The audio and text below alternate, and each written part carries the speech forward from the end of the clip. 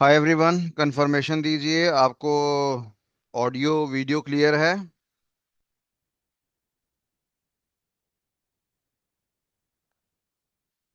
Good evening. Confirmation दीजिए आपको आवाज़ क्लियर है सभी बच्चों को। ऑडियो वीडियो क्लियर है? आफरीन जी, हाथ खड़ा करने की जरूरत नहीं, मैसेज करिए भर।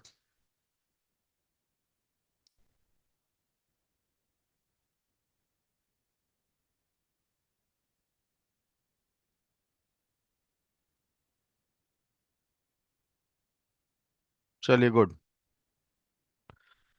तो जैसा कि आप जानते हैं कि हमारा ये जो बैच है केवल संडे संडे रहेगा बैच, और मतलब कि अभी संडे संडे के बारे में सोच रहे हैं, बीच में कुछ एक्स्ट्रा क्लासेस भी आपके लिए लेंगे।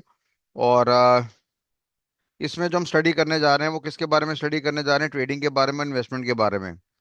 तो लास्ट क्लास में हमने क्या सीखा था? हमने यहाँ पे ये सीखा था कि पैसे कमाने के मल्टीपल साधन होते हैं हमारे पास। और मल्टीपल साधन क्या होता है कि अगर हमें प्रॉपर हमें पैसा कमाना है, क्योंकि सारी गेम पैसे कमाने पे ही है। तो पैसा कमाना तो कैसे कमाएंगे? जॉब कर लेंगे। पैसा कमाना तो कैसे कर लेंगे? बिजनेस कर लेंगे। ठीक है, फिर आपको ये बताया था कि पैसे कमाने के दो तरीके होते हैं मेरे पास। एक होता है आपका एक्टिव तरीका और एक होता है मेरे पास पैसिव तरीका। जहाँ पे हमें खुद को इन्वॉल्व करना पड़े 100%, यानी वो हमारे पास एक्टिव तरीका है। और जहाँ पे लेटर से हमें दूसरों से काम लेना हो या हमारा पैसा ही हमें पैसा कमा के दे, उसको हमने क्या नाम दिया था? पैसिव इनकम का नाम यहाँ पे दिया हुआ था। एग्जाम्पल के तौर पे प्रॉपर्टी आपने परचेज कर ली, रेंट खा रहे हैं, तो आपने पैसिव इनकम कमा ली है। आपके पास पैसा पड़ा हुआ 5 CR, आपने उसको एफडी में चढ़ा दिया, तो वो भी आपका पैसिव हो गया। या आपने उसको किसी ब्याज में, इंटरेस्ट में, डेट में चढ़ा दिया, किसी प्राइवेट आदमी को 1% ब्याज पे दे दिया, तो वो भी हमारे पास क्या हो गया? आपका पैसिव हो गया। अब शाहरुख खान हमारा एक्टिव इनकम कमा रहा है। आप नौकरी जा रहे हैं, 9 से लेकर 6 तक काम कर रहे हैं, एक्टिव इनकम कमा रहे हैं। या आपकी परचूने की दुकान है, डिपार्टमेंटल स्टोर है, आप खुद ही बैठ के वहां पे सामान बेच रहे हैं, एक्टिव इनकम है हमारे पास। या आप टीचर हैं, आप पढ़ा रहे हैं, तो वो भी एक तरह से हमारे पास क्या हो गया? एक्टिव इनकम वाला पार्ट हो गया हमारे पास। तो कुल मिलाकर देखने वाली बात है कि सारी गेम जो हम यहाँ पे ट्रेडिंग और इन्वेस्टमेंट के संपर्क में जो कर रहे हैं, उसका जो मेन उद्देश्य है वो क्या है? पैसा कमाना हमारा मेन उद्देश्य है। ठीक है जी। अब पैसा आप चाहे जॉब से कमाइए चाहे बिजनेस से कमाइए। अब कुछ लोगों को जॉब में बड़ी आपत्ति होती है, सर मैं तो बिहार में रहता हूँ, सर मैं तो यूपी में रहता हूँ, नोएडा मैं नहीं जा पाऊंगा, गुड़गांव मैं नहीं जा पाऊंगा, हैदराबाद मैं नहीं जा पाऊंगा, बैंगलोर मैं नहीं जाऊंगा, तो मेरे को तो वर्क फ्रॉम होम मिल जाएगा। अब डेफिनेटली वर्क फ्रॉम होम की बात करेंगे, तो अगर हम बात करते हैं कि जब सब कुछ सामान्य चलता है तो डेफिनेटली बंदे को फिजिकली अवेलेबल होना पड़ता है। जब कुछ पैंडमिक आ जाएगा, मुसीबत आ जाएगा, कंपनी को कॉस्टिंग कम करनी है, तब बंदा वर्क फ्रॉम होम के बारे में सोचता है। तो जॉब के अंदर लेटर से एक फिजिकल नेविगेशन का कंस्ट्रेंट रहता है। जब हम बात करते हैं कि हम बिजनेस करेंगे, व्यापार करेंगे, तो बिजनेस करना कोई आसान काम नहीं होता। 100 लोग अगर बिजनेस करते हैं तो 91% बिजनेसमैन फेल होते हैं, और मात्र 9% बिजनेसमैन ही लोग कामयाब होते हैं, जो कि अपने धंधे को चला पाते हैं। बनियों के अनुसार, मारवाड़ी के अनुसार हमेशा कहा जाता है कि जब भी आप व्यापार करेंगे 1000 दिन के लिए आपको वेट करना पड़ेगा। 1000 डेज आपको वेट करना पड़ेगा, और अगर आप उसमें नहीं चला पाते काम धंधा, तो अपना काम धंधा बंद करके निकल लो। पर ये जो हमारी आजकल की जनजी जनरेशन है, इसको 3 महीने में तरक्की चाहिए, इसको 3 महीने में मुकेश अंबानी बनना है, इसको 3 महीने में करोड़ों रुपए चाहिए, है ना? कोई मेंटल लेवल नहीं है, कोई बेस नहीं है, अकल नहीं है, बेअकलों वाली बातें करते हैं लोग। तो ये फॉर्मूला बड़ा जबरदस्त है जो बनिया लोगों ने दिया है या मारवाड़ी कम्युनिटी ने दिया है, कि एटलीस्ट आपको कम से कम इतने दिन वेट करना चाहिए, 1000 दिन आपको वेट करना चाहिए। और डेफिनेटली इसके साथ साथ आपको बहुत सारी प्लानिंग करनी पड़ती है, कि आपकी कंपनी का विजन क्या है, मिशन क्या है, ऑब्जेक्टिव क्या है, गोल क्या है, स्ट्रेंथ क्या है, वीकनेस क्या है, अपॉर्चुनिटी क्या है, थ्रेट्स क्या है। और बड़े सारे हमें बिजनेस को चलाते समय बड़ी सारी बातें स्टडी करनी पड़ती है, टेक्निकल बातें स्टडी करनी पड़ती है, कि बिजनेस प्रोसेस इंजीनियरिंग क्या होता है, बेंच मार्किंग क्या होता है, सिक्स सिग्मा क्या होता है, टोटल क्वालिटी मैनेजमेंट क्या होता है, बीसीजी मॉडल क्या होता है, एनशॉफ मॉडल क्या होता है, एडीएल मैट्रिक्स क्या होता है, जी मॉडल क्या होता है। कंपनी अगर स्टार कैटेगरी में है तो क्या होगा, कैश काउ कैटेगरी में है तो क्या होगा, वाइल्ड कैट कैटेगरी में है तो क्या होगा, डॉगी कैटेगरी में है तो क्या होगा। कंपनी मार्केट का पेनिट्रेशन करना चाहती है, मार्केट का डेवलपमेंट करना चाहती है, प्रोडक्ट का डेवलपमेंट करना चाहती है, डाइवर्सिफिकेशन करना चाहती है। डाइवर्सिफिकेशन 4 तरह का, वर्टिकल हो गया, हॉरिजॉन्टल हो गया, कॉन्ग्लोमरेट हो गया, कंसेंट्रिक हो गया। बस सर, बस बहुत ज्यादा हो गया। तो कहने का मतलब है कि जो लोग अनपढ़ तरीके से बिजनेस करते हैं, कि चलो भैया पैसा लगाया, पिताजी का पैसा लिया और दुकान खोल दी और काम करना स्टार्ट, हमारा बिजनेस स्टार्ट हो गया। या 3 4 लोग मिल के कमरे के अंदर एक छोटा सा कमरा ले लिया 10,000 रुपए का, 3 बंदों ने 3 3 हज़ार रुपये किराया शेयर कर दिया, जी हमारा तो स्टार्टअप बन गया। ऐसे धंधे नहीं चलते, ऐसे बिजनेस नहीं चलते। बिजनेस को चलाने के लिए भी पीछे हमारे पास क्या होती है? पढ़ाई होती है। और वो पढ़ाई अगर हम फॉलो कर पाते हैं तभी हम चला पाते हैं। तो कुल मिलाकर पैसा कमाना, जॉब से कमा लो, पैसा कमाना बिजनेस से कमा लो। ठीक है जी। या फिर हमने बोला कि पैसा कमाना है तो हम क्या करेंगे, पैसा कहीं निवेश कर देंगे। कहाँ निवेश कर देंगे, लेटर से मेरे पास 1 CR पड़ा हुआ है, मैंने क्या करा, 1% ब्याज पे अपने मामा जी को, चाचा जी को, ताया जी को, फूफा जी को दे दिया, और साल का 12% मेरे को ब्याज आ गया। तो मैं वहां पे संतुष्ट हूँ। अब यहाँ पे पैसा डूब भी सकता है मेरा, स्वाभाविक सी बात है। या लेटर से मैंने यहाँ पे क्या करा, प्रॉपर्टी खरीद ली, और प्रॉपर्टी में मैं क्या खाऊंगा, रेंट खाऊंगा। अब रेंट खाने में मजा ही नहीं है, क्योंकि आजकल ऑटोमेटिकली मोस्टली एरिया में देखा है कि 3% का ब्याज आता है, वही पूरे साल का, पर एनम का। यानी मोटा मोटा अगर मैं 1 करोड़ की प्रॉपर्टी परचेज करूंगा, तो अगर मैं 1 CR की प्रॉपर्टी परचेज करूंगा तो साल का 3 लाख रुपए का मेरे को रेंट आ जाएगा। अब अगर मैं इसको 1% ब्याज से कंपेयर करूंगा तो बड़ा ही चुभता है, क्योंकि यहाँ पे मेरे को कितना मिलेगा, 12 लाख मिल जाएगा, है ना, और यहाँ पे कितना मिलेगा, 3 लाख मिलेगा। ठीक है, यहाँ पे मेरी जमीन की, मेरे प्रॉपर्टी की एप्रिसिएशन होगी, कल को प्राइस बढ़ सकते हैं। और फिर भी कई बार बंदा बड़ा दिमाग खराब करता है, कहता है यार कम से कम 1% तो कमाऊं मैं। अब यहाँ पे तो पूरे साल का 3% है, जो कि अल्टीमेटली एफडी के रेट से भी कम है। और अगर मैं एफडी में पैसा डालूंगा तो मेरे को 7.2% मिल जाएगा। अब एफडी के लिए 1 करोड़ का वाइट दिखाना पड़ेगा, 1 करोड़ का वाइट बनाने के लिए पहले टैक्स पे करना पड़ता है। तो बड़े सारे कॉम्प्लिकेशन हमारे समय में आते हैं। तो लास्ट क्लास में हमने हल्का सा क्या सीखा, हमने सीखा कि अगर हमें पैसा कमाना है तो हम चाहें तो शेयर्स बाजार में, स्टॉक मार्केट में पैसा निवेश करके पैसा कमा सकते हैं। या हमारे पास एक और बाजार है जिसको हमने बदले में आजकल क्या नाम दिया, क्रिप्टो करेंसी का नाम दिया हुआ है। जिसमें आप लोगों ने किसका नाम सुना होगा, बिटकॉइन का नाम सुना होगा, या आपने इथीरियम का नाम सुना होगा, इथीरियम, या आपने सोलाना का नाम सुना होगा। ठीक है बेटा, या आपने एक्सआरपी का नाम सुना होगा। ये टॉप मोस्ट के 4 बड़े कॉइन हैं जिनका मार्केट कैपिटलेशन बहुत ज्यादा है। बिटकॉइन हो गया, इथीरियम हो गया, सोलाना हो गया, एक्सआरपी हो गया, और बड़े सारे कॉइन है। हाइप नाम का कॉइन है हमारे पास, डॉज नाम का मीम कॉइन है। तो शायद क्रिप्टो करेंसी के बारे में थोड़ा सा आपने हल्का सुना होगा, और काफी सारे बच्चों को तो ये भी अनुमान होगा कि क्रिप्टो करेंसी हमारे देश में क्या है, इलीगल है। काफी सारे लोगों को इस तरह का अनुमान दिया जाता है कि क्रिप्टो करेंसी हमारे हिंदुस्तान में इलीगल है। लैक ऑफ नॉलेज है, अनपढ़पंथी, उनको पता ही नहीं है कि क्रिप्टो करेंसी लीगल है कि इलीगल है। आज की डेट में फिलहाल हमारे देश में प्रॉपरली लीगलाइज्ड है, सरकार बकायदा आपका 30% का टैक्स काटती है। और जब आप क्रिप्टो करेंसी डिलीवरी डिलीवरी लेने के पर्पज से खरीदते हैं तो सरकार साफ कहती है कि आपका 1% का टीडीएस भी कटेगा। तो हर एंगल से हमारे पास ये क्या माना गया, लीगलाइज माना गया। तो मैंने कहने का मतलब है कि अगर आपके पास पैसा एक्स्ट्रा पड़ा हुआ है तो आप शेयर बाजार में पैसा लगा दो, क्रिप्टो करेंसी में पैसा लगा दो, या लेटर से आप प्रॉपर्टी में पैसा लगा दो, वहां पैसा कमा लो, या लेटर से आप पैसा निवेश कर दो, कहाँ पे, गोल्ड के अंदर। ठीक है बच्चे, एक मिनट होल्ड करना जरा।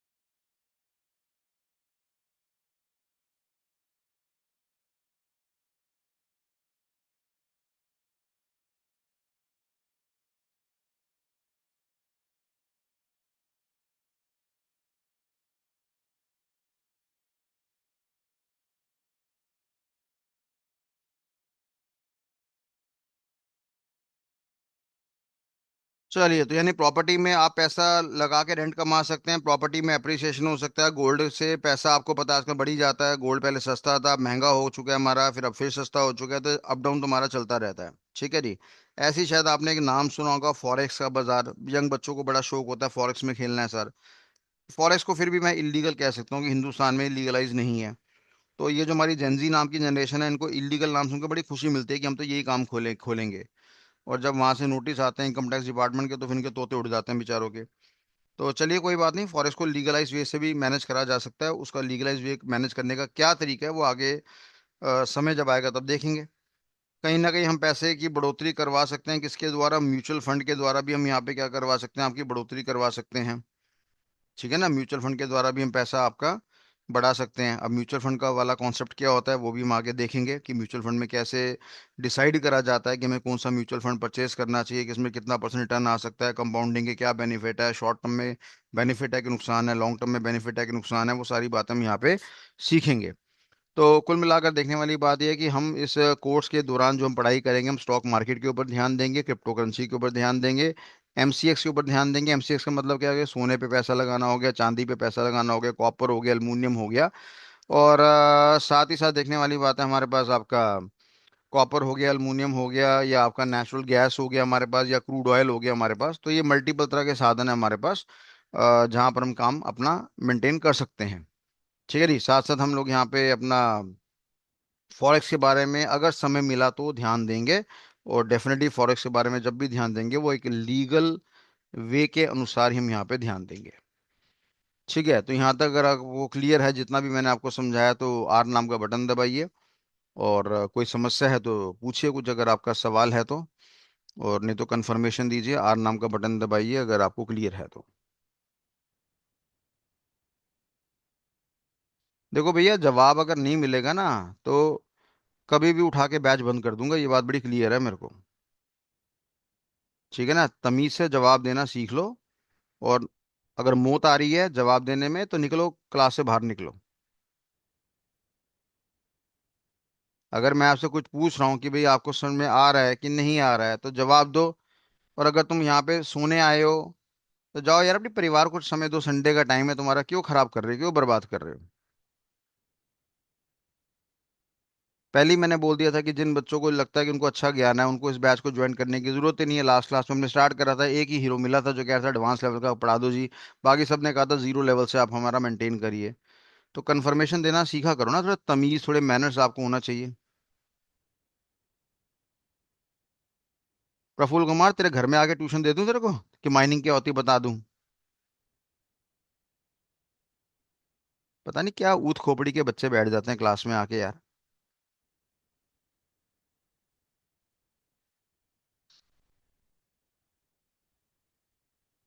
दीप सरकार जी, शर्म करो थोड़ी सी, साइकिलिंग करते करते क्लास कर रहे हो तो। इसमें कोई तारीफे काबिल वाली बात थोड़ी है। दिख रहा है कि इस तरह की सरस्वती को आप कितनी वैल्यू दे रहे हो। चलो, तो ढंग से पार्टिसिपेट करा करो, तभी पढ़ाने का मजा आता है। और ढंग से पार्टिसिपेट नहीं करोगे, तो कोई गारंटी नहीं कि मैं तुम्हारे लिए कोई नौकर थोड़ी तुम्हारा, कि एक साल तुम्हारे लिए मेहनत करता रहूंगा। तुम तमीज से जवाब दोगे, पूरी मेहनत करूंगा। तुम तमीज से जवाब नहीं दोगे, चलते चलते बैच बंद कर देंगे, पूरी गारंटी बता रहा हूँ मैं। नहीं सर, सरकार साहब, ये सिस्टम नहीं होता घर जा रहे हो एहसान है, सिस्टम बनाओ, जीवन में फोकस करो। ठीक है ना? जब पता है यहाँ पे 9 बज के 5 मिनट में क्लास है, एक हफ्ते के अंदर साला एक क्लास हो रही है, तब भी तुम बड़े नखरेबाज बन रहे हो, तब भी पता नहीं कितना करोड़पति बैठे हो तुम, कितने पैसे तुमने कमा लिए हैं। ड्रामेबाजी मत करा करो मेरे आगे। सरस्वती को सरस्वती की तरह इज्जत दो। तो चलिए, ये हमारे पास है फिलहाल। हम सबसे पहले जो मैक्सिमम ध्यान देंगे, किसके बारे में ध्यान देंगे? सबसे पहले हम ध्यान देंगे आपका स्टॉक मार्केट के बारे में। स्टॉक मार्केट का नाम आपने सुना हुआ है, शेयर मार्केट का नाम आपने सुना हुआ है। पैसा अगर हमें कमाना है, तो कमाने के बड़े सारे टूल्स हमारे पास अवेलेबल हैं, जिनको बदले में हमने क्या नाम दिया? फाइनेंशियल टूल्स का नाम दिया हुआ है। फाइनेंशियल टूल्स की बात करेंगे कौन कौन से हैं। मैंने कहा जी स्टॉक मार्केट हो गया, क्रिप्टो करेंसी हो गया, MCX हो गया जहाँ पे सोना चांदी का हिसाब किताब होगा, फॉरेक्स का हमारे पास हिसाब किताब हो गया, म्यूचुअल फंड वाला हिसाब किताब हो गया, प्रॉपर्टी वाला हिसाब किताब हो गया, गोल्ड वाला हिसाब किताब हो गया। ठीक है बेटा, गोल्ड वाला हिसाब किताब हो गया। अच्छा, हमें ब्लॉकचेन टेक्नोलॉजी, आपने पता नहीं नाम सुना नहीं सुना, BCT, ब्लॉकचेन टेक्नोलॉजी अपने में एक ऐसा कॉन्सेप्ट है जो आपको बड़े अच्छे तरीके से पैसा कमाने का मौका देती है। और अगर मैं इस ब्लॉकचेन टेक्नोलॉजी की बात करूंगा तो इसमें शायद आपने कभी नाम सुना, NFT का नाम सुना होगा, non fungible token. Amitabh Bachchan की कोई मान लो पेंटिंग है, वो कहीं करोड़ों की बिक गई, पेंटिंग पेंटिंग बिक गई भैया। और एक मेरे पास आपका ETF होता है, एक्सचेंज ट्रेडेड फंड होता है। ठीक है नहीं, ये कॉन्सेप्ट होता है हमारे पास। बड़े खतरनाक खतरनाक नाम आते हैं हमारे पास। हमारे पास आपका डी एप्स नाम का एक कॉन्सेप्ट आता है, डी एप्स। और डी एप्स का मतलब क्या होता है, डिसेंट्रलाइज एप्लीकेशंस के द्वारा भी आप पैसा कमा सकते हैं। ऐसे ही मेरे पास एक कॉन्सेप्ट आता है डेफी नाम से, DEFI, जिसको बदले में हमने क्या नाम दिया, डिसेंट्रलाइज फाइनेंस का नाम दिया। तो ये बड़े सारे हमारे पास हथियार है जिसके द्वारा हम चाहें तो पैसा बड़े आराम से कमा सकते हैं। या मेरे पास एक कॉन्सेप्ट आता है आजकल, एक डिसेंट्रल लैंड वाला, डिसेंट्रल लैंड वाला। यानी ये वो जमीन होती है जो होती नहीं है पर फिर भी इसकी मार्केट में कीमत है। यानी एक वेबसाइट के ऊपर कोई हिस्सा हो गया और उस हिस्से के लिए ऑक्शन चल रही है कि मेरे को 1 लाख में चाहिए, 2 लाख में चाहिए, 5 लाख में चाहिए, 10 लाख में चाहिए। क्या सर, वेबसाइट का एक हिस्सा? हाँ बेटा, वेबसाइट का एक एरिया जहाँ पे कंपनी आपस में लड़ रही हैं। नाइक लड़ रहा है, रीबॉक लड़ रहा है कि यार इस जगह पे तो मेरी कंपनी का लोगो आएगा। इनफैक्ट वेबसाइट नहीं कहते उसको, प्लेटफॉर्म कहते हैं। उस प्लेटफॉर्म को हमने यहाँ पे क्या नाम दिया, डिसेंट्रल लैंड का नाम यहाँ पे दिया हुआ है। तो यानी इस कोर्स के दौरान अगर आप तमीज से पढ़ेंगे तो ऐसे ऐसे साधन बता दूंगा कि जहाँ पे कोड़ियों के दाब में आपका इन्वेस्टमेंट लगेगा, और अगर कल को फ्यूचर में वो चीज़ बन गई तो डेफिनेटली आप कहीं के कहीं पहुंच जाएंगे। ठीक है, तो ये हमारे पास क्या आपके फाइनेंशियल टूल्स के बारे में इंफॉर्मेशन है, जो मैंने आपको थोड़ा सा इसके बारे में जानकारी दिया। फिलहाल अभी हम यहाँ पे किसके बारे में स्टडी करने जा रहे हैं, शुरुआत जो हम करने जा रहे हैं वो सीधा स्टॉक मार्केट के बारे में डिस्कशन करने जा रहे हैं। तो लास्ट क्लास में मैंने आपको बताया था कि भाई हमारे पास एक पिज्ज़ा है, पिज्ज़ा के अंदर हमारे पास क्या मल्टीपल टुकड़े हैं, एक टुकड़ा, दो, तीन, चार, पाँच, छः, सात, आठ, नौ, 10। एक, दो, तीन, चार, पाँच, छः, सात, आठ, नौ, 10। 10 टुकड़े हमारे पास हो गए। अब 10 टुकड़े से हमारा यहाँ पे क्या मतलब है, 10 टुकड़े से हमारा यहाँ पे क्या सेंस है, क्या लॉजिक है हमारे पास। कि फॉर एग्जाम्पल मान लो 100 रुपए का पिज्ज़ा है हमारे पास। हमारे पास यहाँ पे कितने लोग बैठे हैं, 10 लोग बैठे हैं। सब ने अगर 10-10 रुपए दे दिए तो सबको क्या मिल जाएगा, बदले में एक एक टुकड़ा मिल जाएगा। और इस एक एक टुकड़े को हमने बदले में क्या नाम दिया था, आपका शेयर का नाम दिया था, कि ये हमारे पास क्या पड़ा, आपका शेयर पड़ा हुआ है, शेयर, टुकड़ा पड़ा हुआ है बेसिकली। ठीक है ना। तो स्टॉक मार्केट के अंदर हमारे पास एक टॉपिक आता है, शेयर नाम का टॉपिक भी आता है। ऐसे ही मेरे पास एक बॉन्ड नाम का टॉपिक भी आता है। ऐसे ही मेरे पास एक डिबेंचर्स नाम का टॉपिक भी आता है। ठीक है। और शेयर की अगर मैं बात करूंगा तो शेयर के अंदर मेरे पास इक्विटी शेयर के बारे में एक जानकारी आती है, और एक मेरे पास प्रेफरेंस शेयर के बारे में जानकारी आती है। अब शेयर क्या होता है, इक्विटी शेयर क्या होता है, प्रेफरेंस शेयर क्या होता है, बॉन्ड क्या होता है, डिबेंचर्स क्या होता है, इन सबके बीच में डिफरेंस क्या होता है, वो सारी बातें हम आने वाले समय पे देखेंगे। ठीक है। तो फिलहाल मोटा मोटा अगर हम बोलेंगे, अगर हम ये 1 साल का समय अगर आपने साथ दिया, तमीज से अगर आपने साथ दिया, तो 1 साल का समय मैं आपको दूंगा। और उसके अंदर आपको स्टॉक मार्केट में एक अच्छा ताज़ा बढ़िया वाला ज्ञान प्रोवाइड कर दूंगा, क्रिप्टो करेंसी के अंदर बढ़िया वाला ज्ञान प्रोवाइड कर दूंगा, और MCX के बारे में भी जानकारी प्रोवाइड कर दूंगा, और अगर समय मिला तो फॉरेक्स के बारे में भी एक अच्छे लेवल की जानकारी आपको दे दूंगा। ठीक है भैया। तो ये हमारे पास क्या है, these all are the financial tools. मात्र यही फाइनेंशियल टूल्स नहीं है हमारे पास, इसके बाद भी बावजूद भी बड़े सारे हमारे पास फाइनेंशियल टूल्स हैं आपके पास। ठीक है ना। मान लो आप सिंगर हैं, आप अच्छा गाना गाते हैं, आप म्यूजिक अच्छा प्रोडक्शन करते हैं, या आप आर्टिस्ट हैं, ड्राइंग बहुत बढ़िया करते हैं, है ना, कलरिंग आप अच्छी करते हैं, या कंप्यूटर में भी ड्राइंग अगर आप अच्छा करते हैं, और आप चाहते हैं कि यार काश मेरी भी जो पेंटिंग है वो लाख रुपए की, 2 लाख रुपए की, 10 लाख की, 15 लाख की, 1 करोड़ की, 1.5 करोड़ की बिक जाए, तो वहां पे जो हमारा NFT वाला कॉन्सेप्ट आता है, नॉन फंजेबल टोकन वाला कॉन्सेप्ट आता है, वो कैसे इम्प्लीमेंट होगा, कैसे अवेल होगा, उसके इम्प्लीमेंटेशन के बारे में भी आपको मैं ज्ञान दूंगा, जानकारी दूंगा। ठीक है बच्चे। तो फिलहाल हम लोगों ने यहाँ पे स्टॉक मार्केट के बारे में स्टडी करने के बारे में सोचा था। अब आपको मैंने बताया था क्या, कि भाई हमारे पास कंपनीज होती हैं, बड़ी सारी कंपनीज होती है। लास्ट क्लास में मैंने आपको बताया था बड़ी सारी कंपनीज होती हैं। कंपनीज को क्या करना होता है, नए नए प्रोजेक्ट लेने होते हैं, है ना। नए नए प्रोजेक्ट लेने के लिए कंपनी को क्या चाहिए होता है, मनी चाहिए होता है, पैसा चाहिए होता है। अब पैसा वो चाहे तो किससे ले सकता है, वो बैंक से लोन ले सकता है। मान लो अडानी को पैसा चाहिए, बैंक से लोन ले लेगा। अडानी को पैसा चाहिए, वो पब्लिक से डिमांड कर लेगा। ठीक है भैया। अडानी को पैसा चाहिए, पब्लिक से डिमांड कर लेगा। अडानी को पैसा चाहिए तो वो अपने कंपनी के खुद के क्या इशू कर देगा, बॉन्ड इशू कर देगा। मान लो अडानी को पैसा कितना चाहिए, उसको 1,000 करोड़ का पैसा चाहिए। अब बैंक वाला कह रहा है कि भाई तेरी औकात जो है उसके हिसाब से तेरे को 600 करोड़ रुपए मैं दे दूंगा। ठीक है जी। पब्लिक से वो कहता है चलो जी, पब्लिक से मैं यहाँ पे 300 करोड़ रुपए ले लूंगा। पब्लिक जनता से मांगूंगा भाई मेरी कंपनी में पैसा निवेश करो, अगर मैंने प्रॉफिट कमाया तो प्रॉफिट का तुम्हें मैं हिस्सा दे दूंगा। और जनता से उसने 300 करोड़ मांग लिया।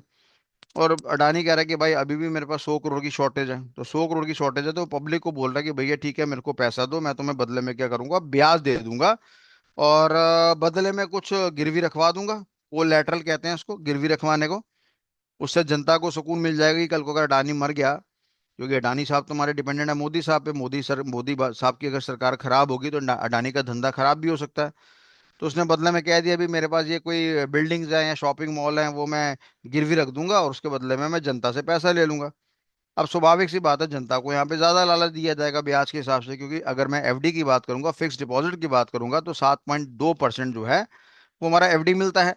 तो जनता को जब तक ज्यादा नहीं मिलेगा, जनता हाथ नहीं अपना पैसा नहीं देगी। मानते हो इस बात को भाई? एफडी तो एक सेफ एलिमेंट है ना? हालांकि उसमें भी रिस्क होता है, पर चलो अभी मान के चलते हैं कि एक सेफेस्ट एलिमेंट है।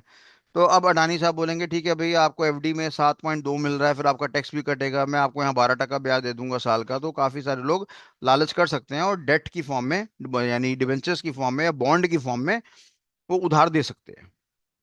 राइट। तो अब जैसा कि मैंने बोला कि यार कंपनी वाले यानी अडानी वाले को अगर पैसा चाहिए जनता से, तो वो मार्केट में क्या लॉन्च करेगा, आपका आईपीओ वाला कॉन्सेप्ट लॉन्च करेगा। और आईपीओ का मतलब क्या होता है? आईपीओ का मतलब होता है इनिशियल पब्लिक ऑफर।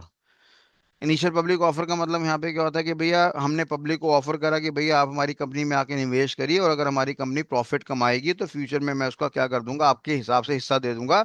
जितना पैसा आपने लगा रखा है उस हिसाब से आपको हिस्सा दे दूंगा। और ऐसे हिस्से को टेक्निकल भाषा में हमने क्या नाम दिया है? ऐसे हिस्से को टेक्निकल भाषा में हमने डिविडेंड का नाम यहाँ पे दिया हुआ है। तो डिविडेंड का मतलब क्या होता है कि प्रॉफिट का हिस्सा, है ना? अब जैसे फॉर एग्जांपल आपने रिलायंस कंपनी में पैसा निवेश कर दिया, मान लो उसका शेयर 1,300 रुपए का है, 1,400 रुपए का, आपने 10 शेयर खरीद लिए। तो आपने 13,000 रुपए की इन्वेस्टमेंट कर दी। फ्यूचर में वो 1,300 का शेयर मान लो हमारा कितने में बन गया, 1,300 का शेयर मेरा 1,500 में बन गया। तो मेरे पास पर शेयर कितना भाव बढ़ गया, 200 रुपये। मैंने कितने लिए थे, 10 शेयर ले रखे थे, तो मेरा 2,000 रुपये का प्रॉफिट आ गया। और अडानी साहब अपना मुकेश अंबानी साहब कहते हैं जी हमने पूरे साल में कितना प्रॉफिट कमाया, 70,000 करोड़ का प्रॉफिट कमाया। तो स्वाभाविक सी बात है, अब वो मुकेश अंबानी अगर चाहे, वो नहीं भी चाह सकता, अगर चाहे तो आपको डिविडेंड दे देगा। यानी आपके जितने भी नंबर ऑफ शेयर हैं उसके हिसाब से आपको डिविडेंड दे देगा, प्रॉफिट का हिस्सा दे देगा।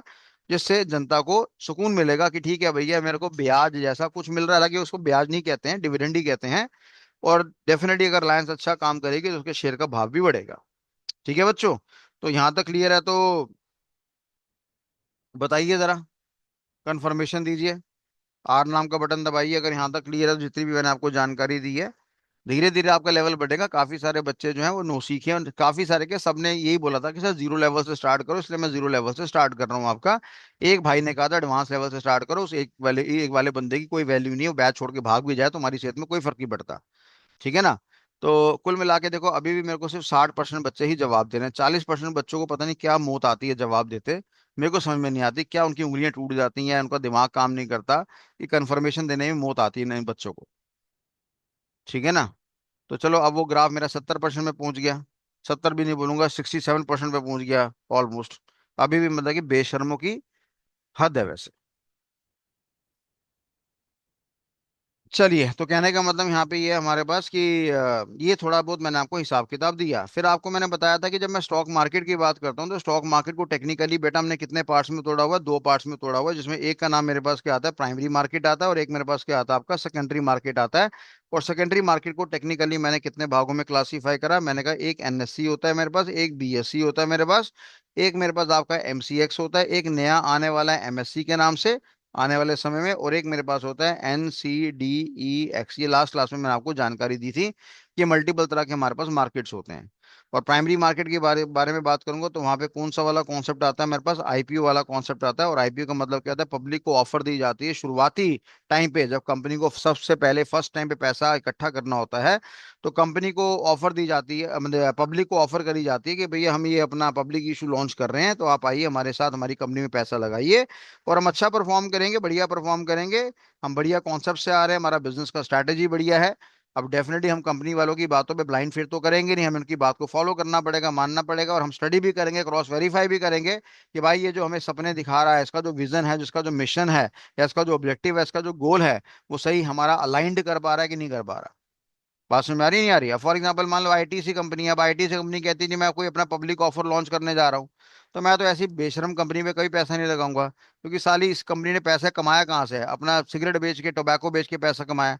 अब बाद में आप 5 स्टार होटल खोल लो, या किताबें बेच लो, या कोई अपना आईटी कंपनी खोल लो, ठीक है ना, या होटल इंडस्ट्री में चले जाओ, तो बात अलग गलत है। पहले तो तुमने लोगों को कैंसर बेच के पैसा कमाया है, तो डेफिनेटली मेरे तो एथिक्स अलाउ नहीं करते इस तरह की कंपनी को प्रमोट करने के लिए, तो मैं तो इस कंपनी में पैसा निवेश नहीं करूंगा। अब जितने हमारे बेवड़े भाई हैं, जितने हमारे ये सूटेबाज हैं, इनकी सेहत में फर्क ही नहीं पड़ता, ये कहते नहीं पैसे आना चाहिए, जो जनजी हमारी कह रहे पैसे आना चाहिए भैया, जैसे मर्जी आए, अनएथिकल आए एथिकल आए, जैसे मर्जी आए। तो कहने का मतलब है कि अगर आईटीसी को मैं प्रमोट करता हूँ और वही पैसा वो टोबैको में और लगाता, तो डेफिनेटली मैंने देश के युवकों के लिए कैंसर में प्रमोशन दी है अपना पैसा लगा के। ये मेरी सोच है, हो सकता है आप में से कोई बच्चा, काफी सारे बच्चे सहमत ना हो, ठीक है। तो अब देखने वाली बात यहाँ पे कि जब मैं एनएससी की बात कर रहा हूँ, बीएससी की बात कर रहा हूँ, एमसीएक्स की बात कर रहा हूँ, एमएससी की बात कर रहा हूँ, तो ये मेरे पास सारे के सारे क्या, these all are the exchanges. और ये यहाँ पे मेरा 5 एक्सचेंज के नाम आ रहे हैं, जिसको हमने किस मार्केट का नाम दिया हुआ, आपका सेकेंडरी मार्केट का नाम आपको दिया हुआ है। तो कल को बेटा मैं आपको इस, अगर आप तमीज से पढ़ेंगे तो मैं आपको इस लायक भी बना दूंगा कि अगर मान लो आप किसी कंपनी में जॉब करना चाहते हैं, और वहां पे एज अ फाइनेंशियल एडवाइजर की तरह जॉब करना चाहते हैं, या एसेट अंडर मैनेजमेंट वाला काम करना चाहते हैं, या म्यूचुअल फंड की कंपनी में काम करना चाहते हैं, बैंक के डिपार्टमेंट में काम करना चाहते हैं, तो आपको बड़े आराम से वहां पे जॉब मिल जाएगी। तो ये टॉपिक आपको याद होना चाहिए। कोई पूछे आपसे कि भाई स्टॉक मार्केट को कितने भागों में तोड़ा, तो आपकी जबान से निकलना आना चाहिए आंसर कि सर एक प्राइमरी मार्केट है और एक सेकेंडरी मार्केट है। प्राइमरी के अंदर क्या आता है, आईपीओ आता है, और सेकेंडरी के अंदर एनएससी आ गया, बीएससी आ गया, एमएससी आ गया, एमसीएक्स आ गया, एनसीडीएक्स आ गया। ये सारी इंफॉर्मेशन, ये सारी जानकारी हमारे पास आ गई, ठीक है भैया। अब जब मैं बात करता हूँ एनएससी के बारे में, तो एनएससी की फुल फॉर्म मेरे पास क्या होती है, that stands for national stock exchange, ठीक है। बीएससी की बात करेंगे, बॉम्बे स्टॉक एक्सचेंज हो गया। एमसीएक्स की बात करेंगे, मल्टी कॉमोडिटी एक्सचेंज हो गया मेरे पास। और ऐसे ही मेरे पास एक एमएससी नाम का कॉन्सेप्ट आ गया, जिसको हमने क्या नाम दिया, मेट्रोपॉलिटन स्टॉक एक्सचेंज का नाम यहाँ पे दिया हुआ है, ठीक है बेटा। और ऐसे ही मेरे पास आपका एनसीडीएक्स आ गया मेरे पास। तो एनसीडीएक्स के बारे में भी आपको जानकारी होगी, national commodity and derivative exchange, ये सारी जानकारी है हमारे पास। तो अगर मैं बात करता हूँ बीएससी के बारे में, बॉम्बे स्टॉक एक्सचेंज के बारे में, या नेशनल स्टॉक एक्सचेंज के बारे में, या मेट्रोपॉलिटन स्टॉक एक्सचेंज के बारे में, हालांकि मेट्रोपॉलिटन चलो अभी नहीं आया, तो इनका जो भी डील होगा वो सारे के सारा किसके साथ होगा, शेयर्स के साथ होगा, कंपनी के शेयर के साथ होगा। ऐसे ही कल को मैंने बोला जी अगर मैं एमसीएक्स की बात करता हूँ, या मैं एनसीडीईएक्स की बात करता हूँ, तो स्वाभाविक सी बात है, यहाँ पे हम किसके बारे में जानकारी डिस्कस करेंगे, कॉमोडिटीज के बारे में। यहाँ भी कॉमोडिटीज होगा, यहाँ भी कॉमोडिटी होगा। मैंने कहा भाई एक मेरे पास एग्रीकल्चर वाला कॉमोडिटी है, और एक मेरे पास यहाँ पे आपका नॉन एग्रीकल्चर वाला कॉमोडिटी है। अब नॉन एग्रीकल्चर वाले की बात करेंगे तो सोना आ गया, चांदी आ गया, कॉपर आ गया, अल्मुनियम आ गया, है ना, आपका नेचुरल गैस आ गया, या आपका कच्चा तेल आ गया, क्रूड ऑयल आ गया, वो सारी चीजें हमारी किसके अंदर आ गई, आपकी अपना नॉन एग्रीकल्चर कॉमोडिटी के अंदर आ गया। अब जो मेरा नॉन एग्रीकल्चर कॉमोडिटी होता है, वो डेफिनेटली उसका हिसाब किताब कहाँ पर होता है, एमसीएक्स नाम के एक्सचेंज के अंदर होता है। अब यहाँ पे एक्स नाम के शब्द का मतलब बेटा मेरे पास क्या होता है, एक्सचेंज होता है। और एक्सचेंज क्या करता है, दो ही काम करता है, या तो बाय करता है या आपका सेल करता है। आप यहाँ पे जाके क्या करोगे, सोना खरीद लोगे, और सोना का भाव बढ़ेगा तो आप उसको सेल कर दोगे। तो यानी ये एक ऐसा एक्सचेंज है जहाँ पे सोना चांदी, आपका कॉपर अल्मुनियम, ठीक है जी, आपका नेचुरल गैस क्रूड ऑयल कच्चा तेल, ये सारी जो बाय सेलिंग की होगी वो सारी की सारी आपकी एमसीएक्स के अंदर होगी। अब मेरे पास मान लो दालें हैं, या मेरे पास आपका वो क्या कहते हैं मसाले हैं, तो इनका जो हिसाब किताब होगा वो किस एक्सचेंज के अंदर होगा, आपका एनसीडीएक्स के अंदर होगा। तो इंटरव्यू के टाइम पे आपसे सवाल पूछ लिया जाएगा, इसका फुल फॉर्म क्या होता है, नेशनल कॉमोडिटी डेरिवेटिव एक्सचेंज हो गया, ये हमारे पास उसका फुल फॉर्म हो गया। ठीक है बच्चे, क्लियर है यहाँ पे? तो यहाँ तक अगर क्लियर है तो कंफर्मेशन दीजिए बेटा, मेक इट फास्ट, कंफर्मेशन दीजिए। यहाँ तक अगर आपको क्लियर है तो आपको पूरा चार्ट याद होना चाहिए कि जब हम एक्सचेंज की बात करते हैं तो एक्सचेंज कितने तरह के होते हैं, हमारे पास दो तरह के होते हैं। एक का नाम आपका, अब सॉरी, स्टॉक मार्केट की बात करेंगे, मार्केट दो तरह की होती है, एक का नाम प्राइमरी और एक का नाम सेकेंडरी। प्राइमरी की बात करूंगा तो वहां पर आपका आईपीओ का डिस्कशन होता है, और बाकी जो है वो सारा का सारा सेकेंडरी मार्केट की कैटेगरी में उसकी बात मानी गई है। ठीक है भैया, चलिए। तो यहाँ तक हमारा हिसाब किताब फिक्स्ड हो गया। आइए ठीक है, चलिए आगे बढ़ते हैं। अब देखो होता क्या है कि जब मैं बात करता हूँ यहाँ पे नेशनल स्टॉक एक्सचेंज के बारे में या बॉम्बे स्टॉक एक्सचेंज के बारे में, तो यहाँ पे जो भी बाय सेल होगा एक्सचेंज के अंदर वो शेयर्स को लेकर होगा हमारे पास। ठीक है बच्चे। और अगर मैं आपसे पूछना चाहूँ कि बताओ भैया नेशनल स्टॉक एक्सचेंज आज मेरा बढ़ा कि गिरा, या अगर मैं आपसे पूछना चाहता हूँ कि बॉम्बे स्टॉक एक्सचेंज मेरा बढ़ा है कि गिरा है, तो भाई हमें कैसे पता लगाएंगे? हमने कहा सर हमें ना किसका इस्तेमाल करना पड़ेगा, एक थर्मोमीटर का इस्तेमाल यहाँ पे करना पड़ेगा। जैसे किसी इंसान को बुखार हो जाता है, फीवर होता है, तो फीवर को मेजर करने के लिए हम क्या लगाते हैं, थर्मामीटर लगाते हैं। वहां पर आगे 101 तो हमें पता लग गया भैया 100 से ऊपर बुखार है और ये रिस्क कैटेगरी में जा रहा है, तो अब इसको डोलो 650 से काम नहीं पड़ेगा, मेफ्टाल फोर्ट नाम की दवाई आती है वो देनी पड़ेगी, क्योंकि जब 101 का बुखार आता है तो फिर 102 103 में पहुंच जाता है, तो मेफ्टाल फोर्ट ही काम आएगी। हालांकि मेफ्टाल फोर्ट जो है कमजोरी ले आती है बॉडी के अंदर, पर हमें खानी पड़ेगी। और अगर मेरा बुखार 100 से नीचे का है तो डेफिनेटली मैं डोलो 650 वाली या क्रोसिन वाली दवाई खाने के बारे में सोचूंगा। उसी तरीके से अगर मैं बोलता हूँ कि भाई मेरे को बताओ एनएससी मेरा आज की डेट में बढ़ा है कि गिरा है, ठीक है जी, या बीएससी मेरा बढ़ा है कि गिरा है, तो डेफिनेटली मेरे को उसका भी क्या करना पड़ेगा, थर्मोमीटर का इस्तेमाल करना पड़ेगा। और इनके थर्मोमीटर का नाम क्या है वो देखते हैं जरा। तो मैंने कहा भैया एनएससी का जो थर्मामीटर है उसका नाम मेरे पास यहाँ पे क्या आ रहा है, निफ्टी आ रहा है। और अगर मैं बोलता हूँ बीएससी के थर्मामीटर की बात करूंगा तो बीएससी का थर्मामीटर किस नाम से आ रहा है, आपका सेंसेक्स के नाम से आ रहा है। तो आपने अक्सर ये सुना होगा कि निफ्टी मेरा बढ़ गया, निफ्टी मेरा गिर गया, सेंसेक्स हमारा बढ़ गया, सेंसेक्स हमारा गिर गया, ये आप लोगों ने सुना ही होगा बेसिकली, है ना? तो जब मैं निफ्टी की बात करता हूं तो मैंने बोला भैया ये अपने में एक ऐसा थर्मामीटर है जो कि 50 कंपनी की परफॉर्मेंस के बारे में जानकारी देगा, और जब मैं सेंसेक्स की बात करूंगा तो ये टॉप 30 कंपनी के बारे में हमें जानकारी देगा। ठीक है भैया। अब अगर मैं आपसे बोलता हूँ भैया सेंसेक्स की फुल फॉर्म क्या होती है, तो मैंने कहा सेंसेक्स की फुल फॉर्म होती है मेरे पास सेंसिटिव सेंसिटिव इंडेक्स, ये मेरे पास आपकी फुल फॉर्म होती है जब मैं सेंसेक्स की बात करता हूँ, जो किसको रेफर करता है, बॉम्बे स्टॉक एक्सचेंज को रेफर करता है। ठीक है। तो अगर आज मैं आपसे यहाँ पे बोलता हूँ कि भाई बताओ जरा निफ्टी में कितनी कंपनीज आएंगी, तो आपने बोला टॉप 50 कंपनी आएंगी हमारे पास। और अगर मैं बीएससी की बात करूंगा तो टॉप 30 कंपनीज आएंगी। अगर मैं आज यहाँ पे बोलूँ कि भाई एनएससी में कितनी कंपनियां काम कर रही हैं, बीएससी में कितनी कंपनी काम कर रही है, तो गूगल अगर आप सर्च मारोगे तो वहां पे 8500 कंपनीज आपकी निकलेंगी। ठीक है जी। और काफी सारी कंपनी को हमने उठा के बाहर भी फेंक दिए हमने, मतलब कि ये जो हमारा पूरा स्टॉक मार्केट है इसको मैनेज करने के लिए एक अथॉरिटी है, अथॉरिटी का नाम मेरे पास क्या आ रहा है, सेबी। सेबी का नाम आपने सुना होगा। सेबी साफ मना करता है कि अगर आपने किसी को बोला कि इसका शेयर का भाव बढ़ेगा तो आपको जेल में भेज दिया जाएगा।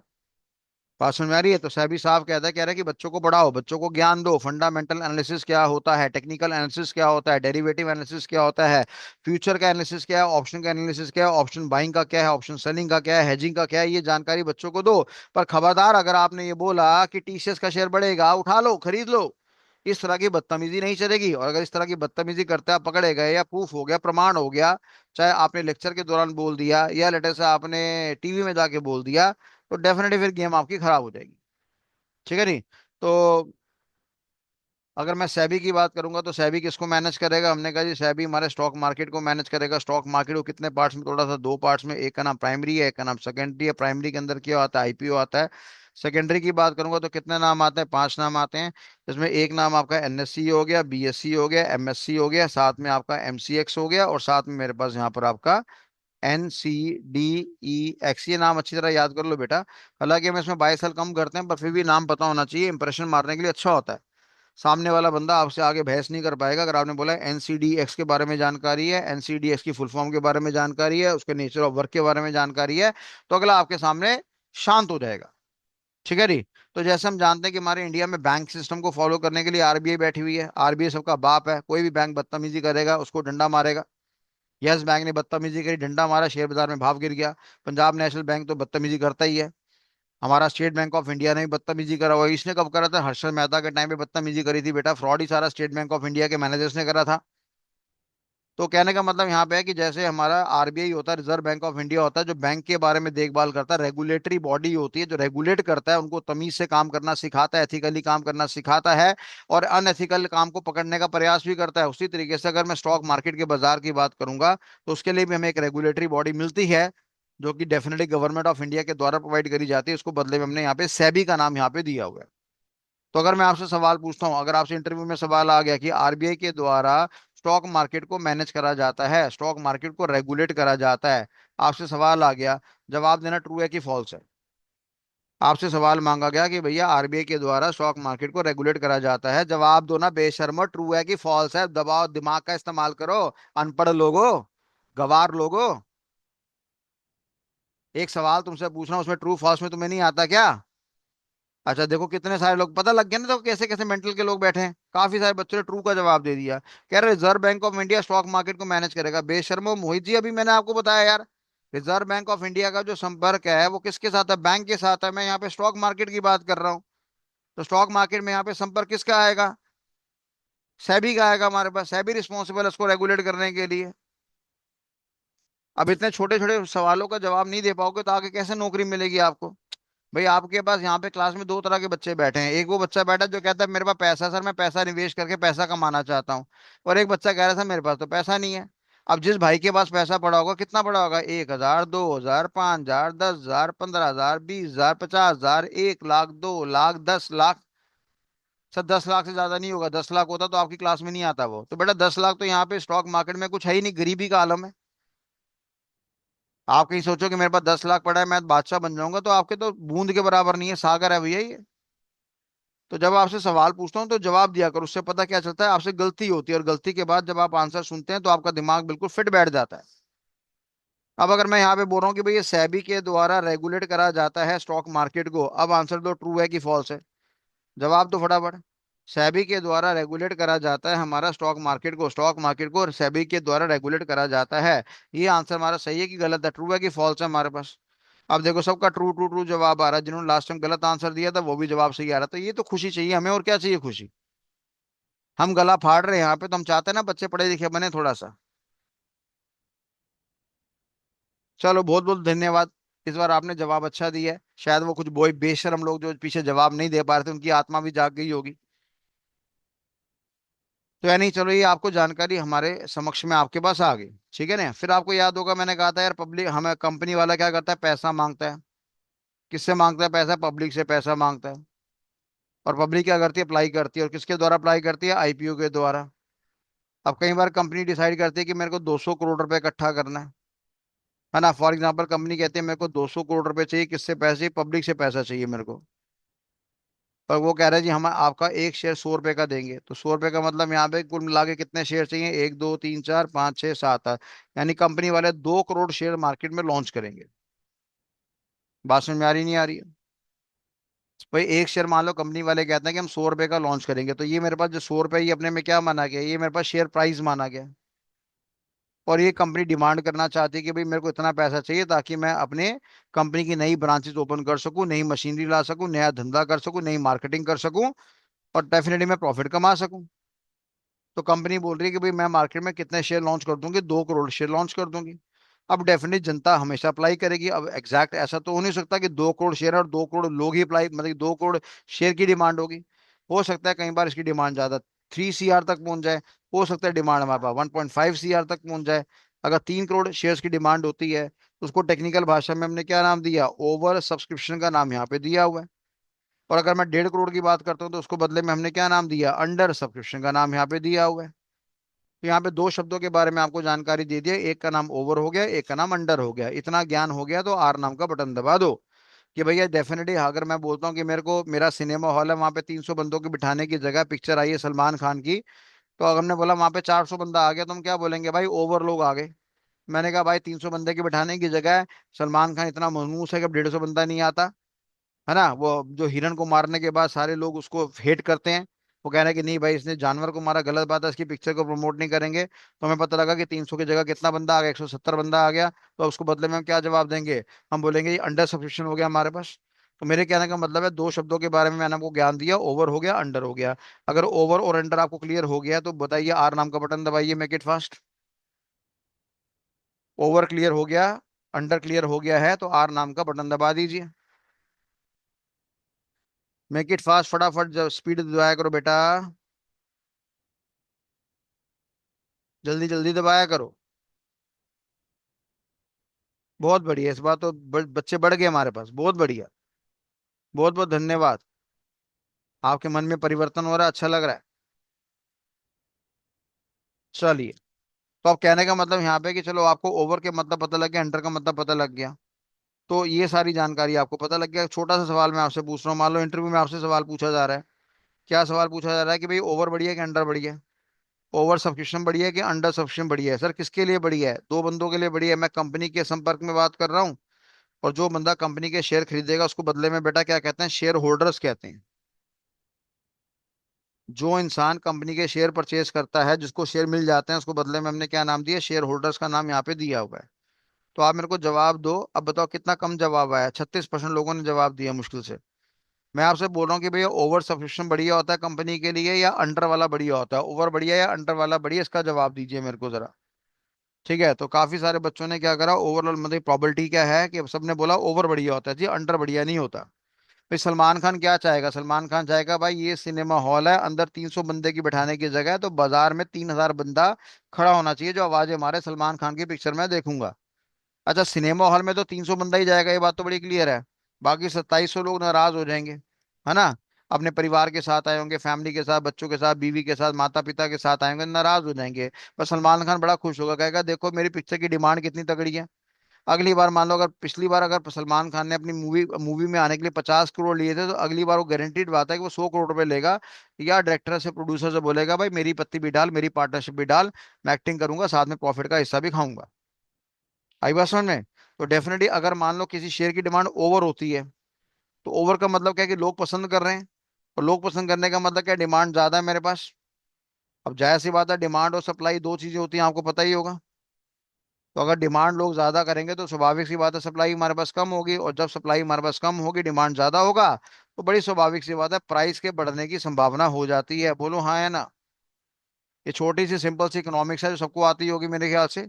भाई मेरे पास बाजार में कितना प्याज पड़ा हुआ है, 1000 किलो प्याज पड़ा हुआ है, और यहाँ पे जनता खड़ी है, सारे कह रहे प्याज चाहिए, प्याज चाहिए, प्याज चाहिए, प्याज चाहिए, प्याज चाहिए। अब यहाँ पे कितने प्याज की डिमांड आ गई, हमने कहा जी 10,000 किलो की डिमांड आ गई।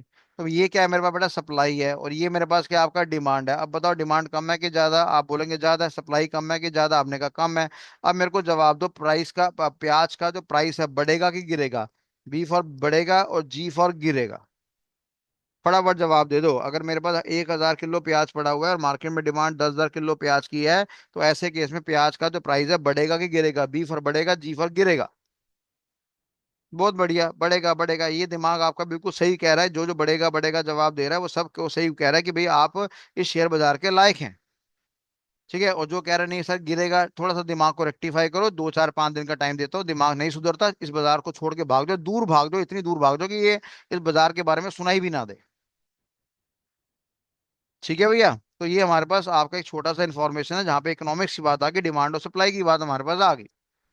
तो स्वाभाविक सी बात है कि भैया हर कंपनी चाहती है कि उसका शेयर क्या हो जाए, ओवर सब्सक्राइब हो जाए। क्योंकि अंडर सब्सक्रिप्शन में तो भैया एक तरह से बुराई ही मिलती है। अंडर में क्या होता है, मान लो सिनेमा हॉल पड़ा हुआ है, यहाँ पे 300 बंदे की बिठाने की जगह 100 बंदा पिक्चर देखने आया। बताओ सलमान खान की क्या हाइप बनेगी, मतलब ही नहीं। यानी पिटा हुआ हीरो हमारा, हम तो यही बोलेंगे भैया। तुम्हारी बात नहीं आ रही है, तो इसलिए हमेशा ओवर की बात अच्छी होती है, ओवर का मजा ज्यादा आता है। ठीक है जी, सुमन राय कह रहा है नो सर, नो सर से क्या मतलब है, सलमान खान के फैन हो क्या, हैं। सुमन राय साहब सलमान खान के फैन हो, छोटी सी बात है, भावुक मत हुआ करो यार। अगर हम कह रहे हैं सलमान खान की पिक्चर लगी है सिनेमा हॉल में, 300 बंदों के बिठाने की जगह 100 बंदे उसकी पिक्चर देखने के लिए आ रहे हैं, यानी सलमान खान की डिमांड नहीं है। अब वो बुढ़ा हो गया है। ठीक है भैया। तो यहाँ तक क्लियर है तो आर नाम का बटन दबाओ फटाफट। अगर यहाँ तक क्लियर है तो आर नाम का बटन दबाओ। छोटे छोटे पलों में मैं आपको टुकड़ों में समझाता जा रहा हूँ, ताकि आप मेरे को कंफर्मेशन देते रहिए। कोई डाउट है तो डाउट पूछ सकते हैं आप। कोई घबराने वाली बात नहीं, मैं डांटता तभी हूँ जब आप जवाब नहीं देते हैं। पर कौन सा आपको मेरे से डर लगता है? वर्चुअल बैठे हो ना, मैं कुछ कह सकता हूँ। सामने भी होता तो भी मैं कुछ नहीं कहता। ठीक है जी, चलो बढ़िया। तो ये हमारे पास आपका जानकारी हो गया। ओवर के बारे में, अंडर के बारे में, आईपीओ के बारे में, एनएससी के बारे में, बीएससी के बारे में। अब देखो जरा ध्यान से, मैंने क्या बोला? निफ्टी का हमारे पास क्या थर्मामीटर है, सॉरी, एनएससी का हमारे पास थर्मामीटर है। एनएससी के थर्मामीटर का नाम क्या है? निफ्टी। और निफ्टी को टेक्निकल भाषा में हम क्या बोलते हैं बेटा? इंडेक्स बोलते हैं। क्या बोलते हैं? इंडेक्स बोलते हैं। ऐसे ही मैंने बोला बॉम्बे स्टॉक एक्सचेंज है, इसका भी थर्मामीटर है, उसके थर्मामीटर का नाम मेरे पास क्या आ रहा है? सेंसेक्स आ रहा है। और सेंसेक्स को भी बदले में हमने यहाँ पे क्या नाम दिया है? इंडेक्स का नाम यहाँ पे दिया हो। ठीक है बच्चे, इसको भी हमने यहाँ पे क्या नाम दिया? इंडेक्स का नाम दिया है। मैं कहा दोनों के अंदर कुल मिला के कितनी कंपनीज हैं? आप साहब बोलोगे दोनों के अंदर कुल मिला के आज की डेट में 8,500 कंपनीज हैं। और काफी सारी कंपनी सेबी ने उठा के बाहर फेंकी है। बाहर फेंकने का मतलब क्या होता है? कि उन कंपनी को हमने क्या कर दिया? अनलिस्ट कर दिया। अगर मैं बोलता हूँ भाई ये वाली जो कंपनी है ये लिस्टेड कंपनी है, तो लिस्टेड कंपनी का मतलब क्या है? कि भैया शेयर बाजार में इसकी लिस्टिंग है। यानी इसका नाम एनएससी में दिख सकता है, इसका नाम बीएससी में दिख सकता है। और वहां पे इसकी ट्रेडिंग यानी बाय सेल हमारे पास हो सकता है। और अगर हम कहते हैं कि सेबी ने क्या कर दिया? अनलिस्ट कर दिया, तो अनलिस्ट का मतलब क्या है? कि उस कंपनी ने जरूर कोई घटिया काम करा होगा, अनएथिकल काम करा होगा, और इस चक्कर में उसको उठा के बाहर फेंक दिया गया है। बात समझ में आ रही नहीं आ रही है? उसने वो उठा के बाहर फेंक दिया गया, उसने कुछ अनएथिकल एक्टिविटी यहाँ पे करी हुई है। फॉर एग्जाम्पल समझो बात को, एक कंपनी है। कंपनी का मेन उद्देश्य क्या होता है? कंपनी का मेन उद्देश्य होता है धंधा करना, बिजनेस करना। बिजनेस से क्या मिलता है भैया? प्रॉफिट मिलता है। और प्रॉफिट मिलेगा तो डेफिनेटली कंपनी की डिमांड होगी हमारे पास। ये तरीका है ना हमारे पास। भाई मेरे पास 100 रुपए का पेन पड़ा हुआ है, मैंने 50 का बेच दिया, कितना प्रॉफिट हो गया? 50 रुपये प्रॉफिट हो गया मेरे पास। और ऐसे मैंने लेटर से मान लो 1 करोड़ बेच दिया, तो मेरे पास कितना प्रॉफिट हो गया? 50 CR का प्रॉफिट हो गया।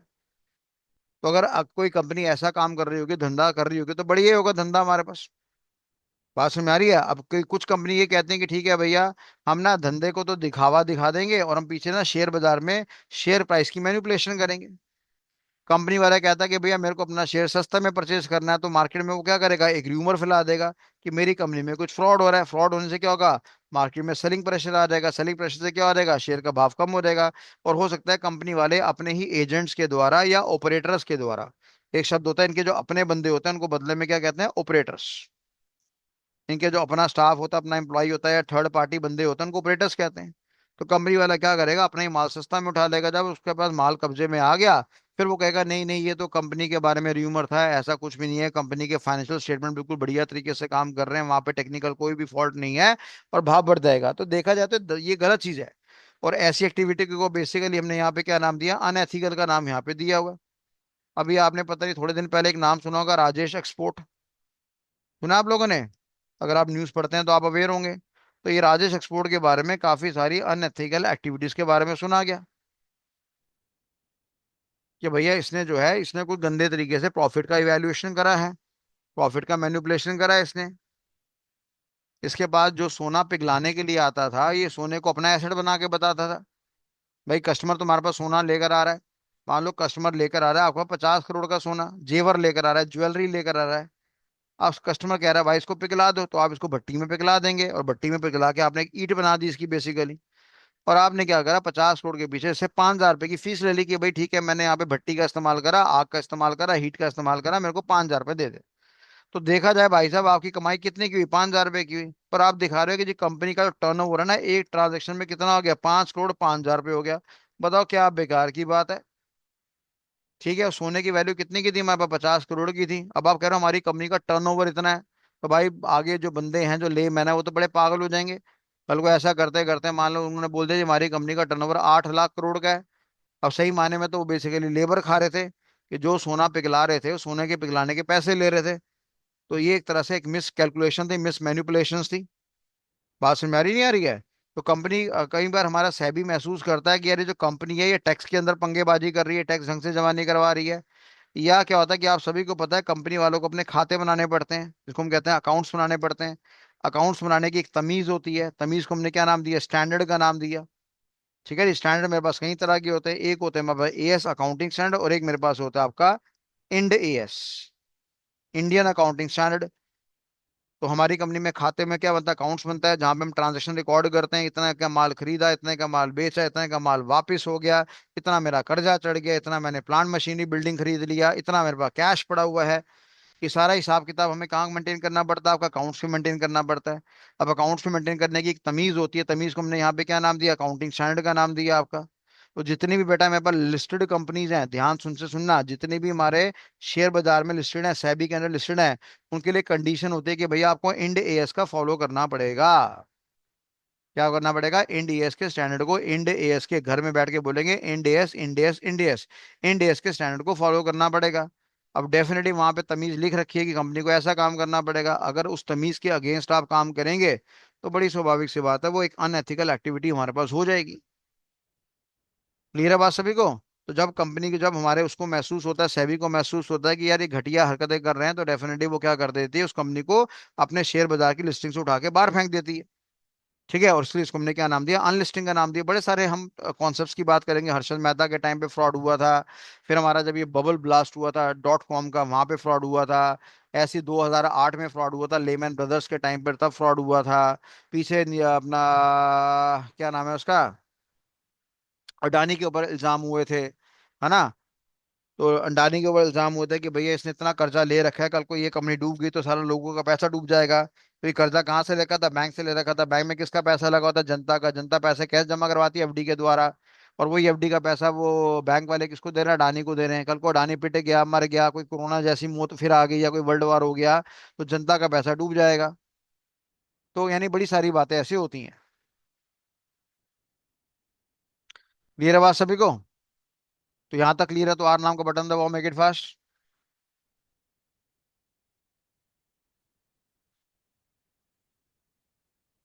जल्दी दबा दो भैया आर नाम का बटन। यहाँ तक क्लियर है कि लिस्टेड कंपनी हमारे पास क्या होती है, अनलिस्टेड कंपनी का मतलब हमारे पास क्या होता है। बहुत बढ़िया। चलिए बहुत बहुत धन्यवाद, 1 घंटा हो गया मैं क्लास लेते हुए। तो बताइए क्लास खत्म करें। खत्म करना है तो के नाम का बटन दबा दो, नहीं करना तो एन नाम का बटन दबा दो। अगर और पढ़ना चाहते हो तो भैया एन नाम का बटन दबा दो, नहीं तो के नाम का बटन दबा दो कि खत्म करो सर, काम खत्म करो। हैं दो चार भाई हैं जो कह रहे हैं खत्म करो, बाकी सारे बच्चे एन कह रहे हैं। आप क्या समझ रहे हैं, मैं आपकी राय के अनुसार काम करूंगा, मतलब ही नहीं भैया। मेरे को उतना ही पढ़ा रहा है जितना मैं पढ़ाऊंगा। तो इसलिए अभी फिलहाल मैं क्लास बंद नहीं कर रहा, तो जो बैक जो बंदे कह रहे हैं खत्म, के कह रहे हैं, वो क्लास से बाहर जा सकते हैं। ठीक है जी।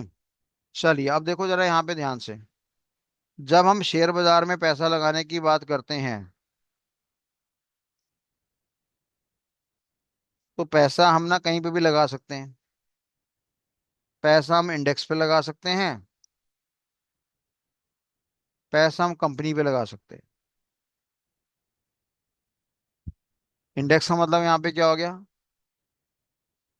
इंडेक्स के दो नाम हो गए, एक नाम हो गया निफ्टी, एक हो गया सेंसेक्स। निफ्टी का संपर्क किसके साथ है, एनएससी का। सेंसेक्स का संपर्क किसके साथ है, बॉम्बे स्टॉक एक्सचेंज का। अगर मैं आपसे ये पूछूं कि आज की डेट में लोग ज्यादा ट्रेड कहाँ करते हैं, एनएससी में या बीएससी में, जवाब देना, तुक्का मारो वैसे ही। सोनिया जी आपकी समस्या, अगर आप कंसंट्रेट नहीं कर पा रहे, ज्यादा ट्रेड कहाँ पे होता है बेटा, एनएससी में होता है, बीएससी में होता है। हाँ बेटा, बीएससी हमारा ओल्डेस्ट है, पर वहां पे काम धंधा बिल्कुल नहीं है, सारा काम आज की डेट में एनएससी में होता है। तो एनएससी का जो मार्केट शेयर है वो बहुत बहुत बहुत बहुत बहुत ज्यादा है। आई बात समझ में। तो दिमाग में बिठा लेना, इंटरव्यू में सवाल आ जाएगा, बेटा बताओ एनएससी बड़ा कि बीएससी बड़ा। हालांकि एनएससी बाद में आया था, पर एनएससी अपने साथ टेक्नोलॉजी लेकर आया था। आज की डेट में हर जो निवेशक है हमारा वो एनएससी में काम करना चाहता है। बॉम्बे स्टॉक एक्सचेंज का जो मार्केट शेयर है वो दिन पे दिन कमजोर होता जा रहा है। क्लियर है बात सभी को। तो एक और इंटरव्यू का सवाल आपका यहाँ पे तैयार हो गया। चलो बढ़िया बात है। अब देखो मैं यहाँ पे बात करता हूँ कि हमें कंपनी में पैसा लगाना है।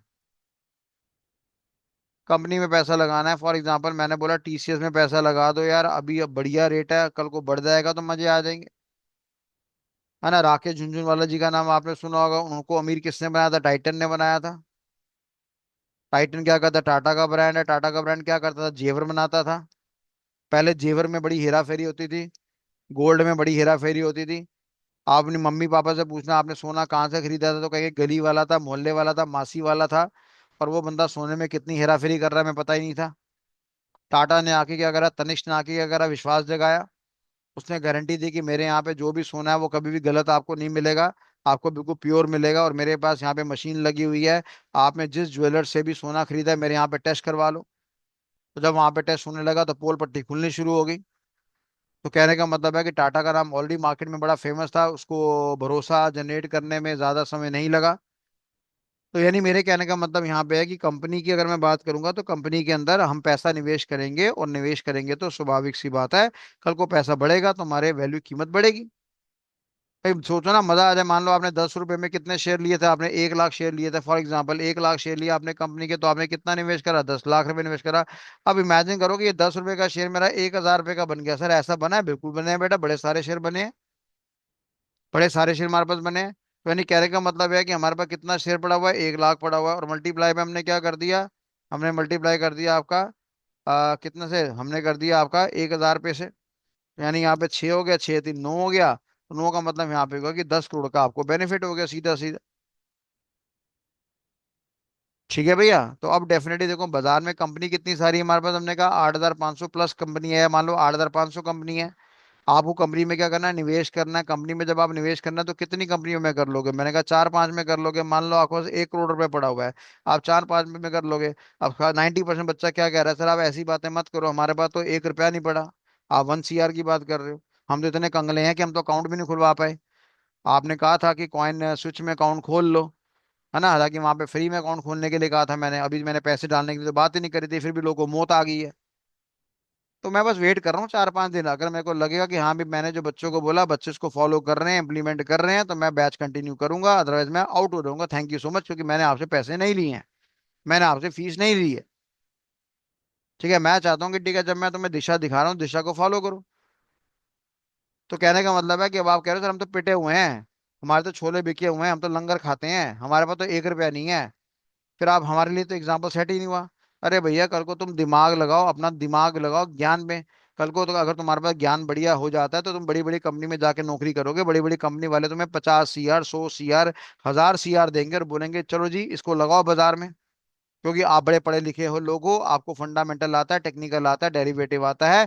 आप मार्केट को स्टडी कर लेंगे और एक अच्छा रिटर्न आप लेकर आ जाएंगे।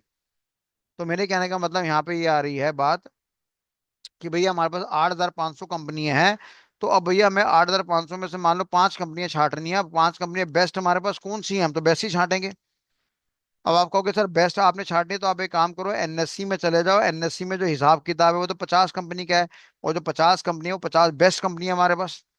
बेटा बेस्ट वो नहीं होता जो 50 की कैटेगरी में आता है, बेस्ट वो होता है कि जिस कंपनी में वर्थ हो। भाई स्टार्टिंग में मान लो कंपनी का की शेयर प्राइस बड़ा कम चल रहा है, मान लो 1 रुपया 2 रुपये चल रहा है। अब यहाँ पे जिस कंपनी का शेयर प्राइस 2 रुपये चल रहा होगा वहां पे काफी सारी बड़े सारे नेगेटिव पॉइंट्स भी होंगे, क्योंकि अगर पॉजिटिव पॉइंट्स होते तो उसका शेयर 2 रुपये में थोड़ी बिक रहा होता। तो आपको क्या करना पड़ेगा? आपको तो भैया कहते हैं ना कूड़े में से हीरा निकाल के लाना पड़ेगा। आपको उस कंपनी के बिजनेस को स्टडी करना पड़ेगा, धंधे को स्टडी करना पड़ेगा, मैनेजमेंट को स्टडी करना पड़ेगा, उनकी कंपनी में ऑपरेशंस कैसे होते हैं उनको स्टडी करना पड़ेगा।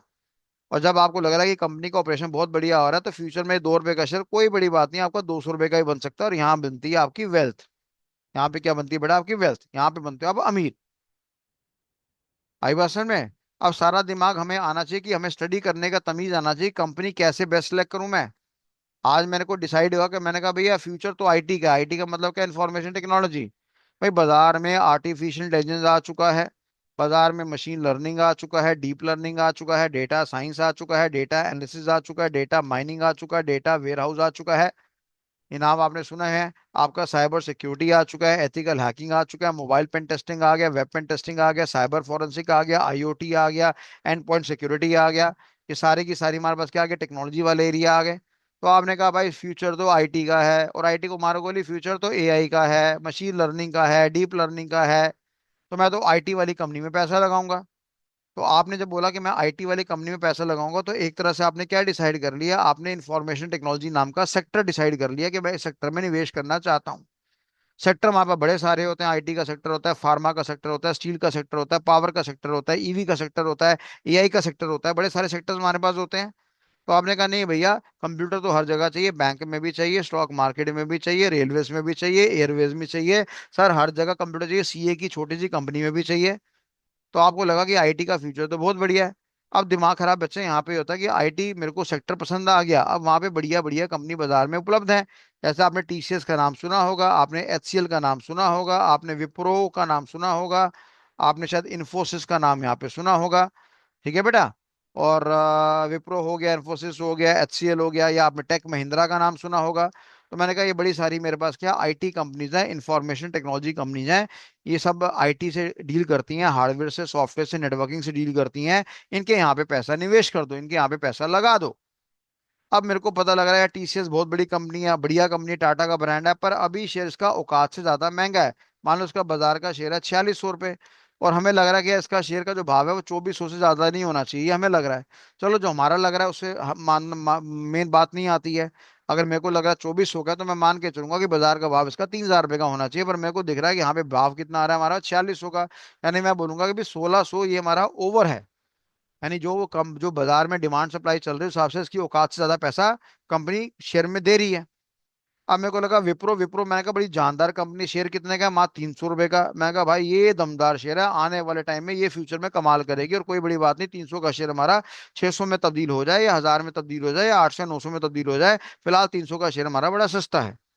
तो अब आपको इस कंपनी के बारे में क्या क्या बातें स्टडी करनी पड़ेगी, आप अक्कड़ बक्कड़ बम्बे हो नहीं करोगे, या ओम भूर्भुवः स्वा नहीं करोगे।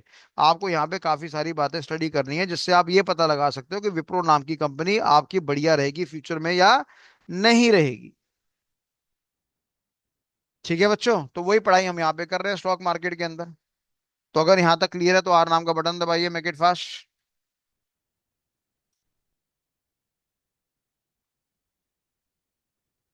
जल्दी दबाइए, mark, make it fast. R नाम का बटन दबाइए फटाफट। यहाँ तक क्लियर हो गया सभी को? चीजें कंफ्यूज तो नहीं हो रही, आप क्लियर हो रही है साथ साथ आपको? ठीक है भैया, तो यानी ये आपको पता लग गया कि भैया हमें बढ़िया कंपनी सिलेक्ट करनी है। बढ़िया कंपनी वो नहीं होती कि जिसका नाम बढ़िया होता है, बढ़िया कंपनी वो होती है कि जो उस समय के हिसाब से सस्ती होती है, और डेफिनेटली फ्यूचर में उसकी फंडामेंटली कोई वीकनेस नहीं है हमारे पास। है ना? पीछे वहां पे एक यस बैंक था, फॉर एग्जांपल मान लो मैंने कहा यस बैंक का शेयर था 404 रुपए का, कादरी साहब ने खरीदा था 404 रुपए का। अब मान लो बाजार में कितना का आ गया, 18 रुपए का आ गया। अब बताओ कादरी साहब का क्या होगा? कादरी साहब की जितनी मल्टीपल बीवी हैं वो सारी छोड़ के भाग जाएंगी, कहेंगे ये तो ढल्ला हो गया, गरीब हो गया, भागो साले को छोड़ो। 404 का शेयर मान लो 20 रुपए में तब्दील हो गया, तो बेड़ा गर्क हो गया, 95% शेयर हमारा डाउन हो गया। हो गया ना डाउन? अब आप कह रहे हो सर सस्ता शेयर है, खरीद लो, बढ़िया माल है। अबे कूड़ा थोड़ी खरीदना है, कूड़ा भी तो सस्ता होता है। मेरे को तो हीरा चाहिए कूड़े के भाव में। तब मैं बोलूंगा हाँ भैया मैं बढ़िया आदमी हो गया।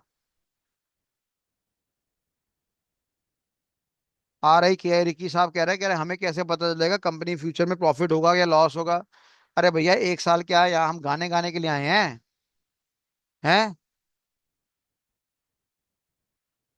रिकी साहब यहाँ पे गाने गाने के लिए आए हो क्या? कल को आप दारू पी के रोड में लेट जाते हो, अफीम गांजा सब खा लेते हो, तो लड़की वाले बोलेंगे ना इसकी तो मौत पक्की है, इसके साथ क्या शादी करवानी है अपनी बेटी की? है भैया?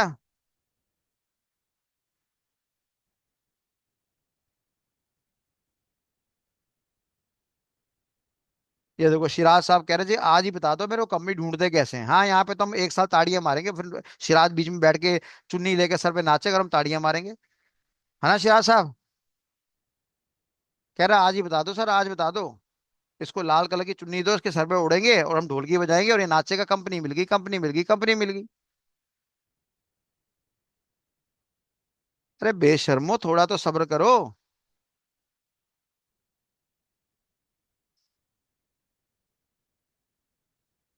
सोचते भी नहीं कि सर ने 1 साल का समय बोला है तो बहुत कुछ स्टडी करने लायक होगा।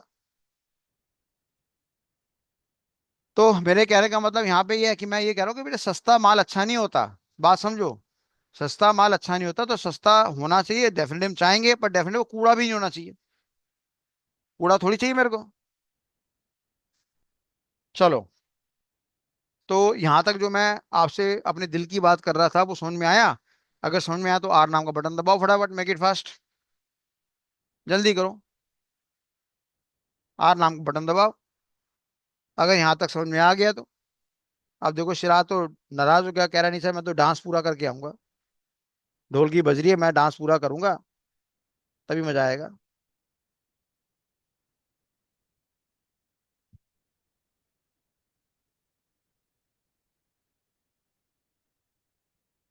चलो ठीक है। अब देखो बाकी सारे बच्चे मजे ले रहे हैं, हंस रहे हैं, पेट पर पकड़ पकड़ के हंस रहे हैं। अब सुमन राय कह रहे हैं जी हमारा शेयर का प्राइस फ्लक्चुएट क्यों होता है भैया? सुमन राय जी क्या क्वालिफिकेशन है आपकी? सिंपल सी बात है, डिमांड सप्लाई। कभी मंडी गए हो? मम्मी के साथ, बीवी के साथ, गर्लफ्रेंड के साथ मंडी जाया करो। मंडी में आलू बिकता है, प्याज बिकता है, गोभी बिकता है, और ऐसी मंडी में जाओ जहाँ पे प्याज बेचने वाले 10 तरह के बंदे बैठे हुए हैं। एक दुकानदार बोलेगा 20 रुपए, 20 रुपए, 20 रुपए, आप वहां जाओगे दूसरा वाला मारेगा 15 रुपए, 15 रुपए, 15 रुपए, तीसरा कहेगा 10 रुपए, 10 रुपए, 10 रुपए। डिमांड सप्लाई बढ़ती रहेगी हमारे पास। शाम को बाजार लगता है 6 बजे, तो ताजी सब्जी होती है वो महंगी मिलेगी। रात को जाओगे, आप कहोगे नहीं मैं तो कंजूस हूँ, मैं तो 11 बजे जाऊंगा, सारा कूड़ा करकट मैं उठा के लाऊंगा, मेरा होटल है, सारे सड़े हुए प्याज मैं लेकर आऊंगा, उसकी मिक्सिंग बना दूंगा। बंदों को क्या पता था क्या खाना है क्या नहीं खाना, तो वहां सस्ता माल मिलेगा आपका। आई सुमन राय जी, सुमन राय जी बात समझ में आई आपको? नहीं आई? सारा गेम डिमांड सप्लाई का भैया। सब कुछ डिमांड सप्लाई है बस, और क्या। या छोटी सी बात है, शेयर का प्राइस या तो बढ़ेगा या गिरेगा, दो ही तो काम होंगे, या बढ़ेगा या गिरेगा। अब तुम अक्कड़ बक्कड़ बम्बे खेलो, अक्कड़ बक्कड़ बम्बे वो 80 90 पूरे 100 100 में लगा धागा, चोर निकल के भागा गा, गिरेगा शेयर का प्राइस। बताओ। और मान लो गिर भी गया, अब तो तुम कह रहे हो जी मैं बन गया हर्षद मेहता, तो मैं पैदा हूं अपने घर में। कहाँ होटल बंद हो जाएगा विष्णु जी? सब गंदगी मिलती है होटल के अंदर, ये तो मिलता है सड़ा हुआ प्याज मिलता है। 5 स्टार होटल वाले सबसे सस्ता सामान खरीदते हैं सब्जी वाला। सड़े हुए टमाटर कीड़े जिसमें निकल रहते हैं वो खरीद के लाते हैं, फिर वो क्या करते हैं, वो गर्म पानी में बॉयल कर देते हैं, और साइंस कहती है जब आपने गर्म पानी में बॉयल करा तो सारे कीटाणु मर जाते हैं। फिर आप वही वहीं पे जाके 5 स्टार होटल में क्या खाते हैं आप? शाही पनीर खाते हैं, कहते हैं what a taste. Oh my God. चलो। तो यहाँ तक ज्ञान हो गया आप सभी को? तो यानी कहने का मतलब है कि हमें कंपनी को स्टडी करना है कि कंपनी कितनी बढ़िया है कितनी घटिया है ना? तो जब हम कभी शेयर बाजार में ये फैसला करना चाहते हैं कि शेयर का भाव बढ़ेगा या गिरेगा, तो मल्टीपल फैक्टर्स होते हैं बेटा पढ़ाई करने के लिए या एनालाइज करने के लिए। तो आप बोलिए यहाँ पे मल्टीपल फैक्टर्स होते हैं या हम क्या बोलेंगे, मल्टीपल एनालिसिस होते हैं? तो लिखिए जरा फटाफट हेडिंग लिखिए, type of analysis. Type of analysis. अच्छा मेरे को जवाब दो, संडे का टाइम ठीक है? प्रफुल्ल कुमार जी आपको ट्रेडिंग फर्म खोलनी है, पर फर्म की स्पेलिंग तो आपको आते ही नहीं है। ऐसे फर्म की स्पेलिंग लिख दोगे तो जो इन्वेस्टर है वो तो मर जाएगा तुम्हें देख के। जल्दी बताओ, संडे का टाइम ठीक है या संडे के अलावा कोई टाइम रखें? क्योंकि संडे में ना काफी बच्चों को आया था सर मेरी बीवी है डाइवोर्स दे देगी। मैंने कहा कोई बात नहीं, सोनिया जी एडवोकेट है, वो डाइवोर्स करवा देगी आपका, टेंशन मत लो। कह रहा है सर वो बीवी कहती है एक संडे मिलता है उसमें ही पढ़ाई करने बैठ जाते हो यार तुम।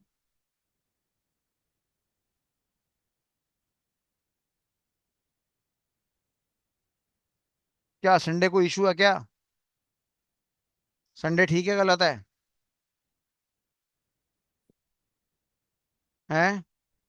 सॉन्डे, सॉन्डे बढ़िया, सॉन्डे। क्या क्या स्पेलिंग लिखते हो यार, मजा आ रहा था देख देख के।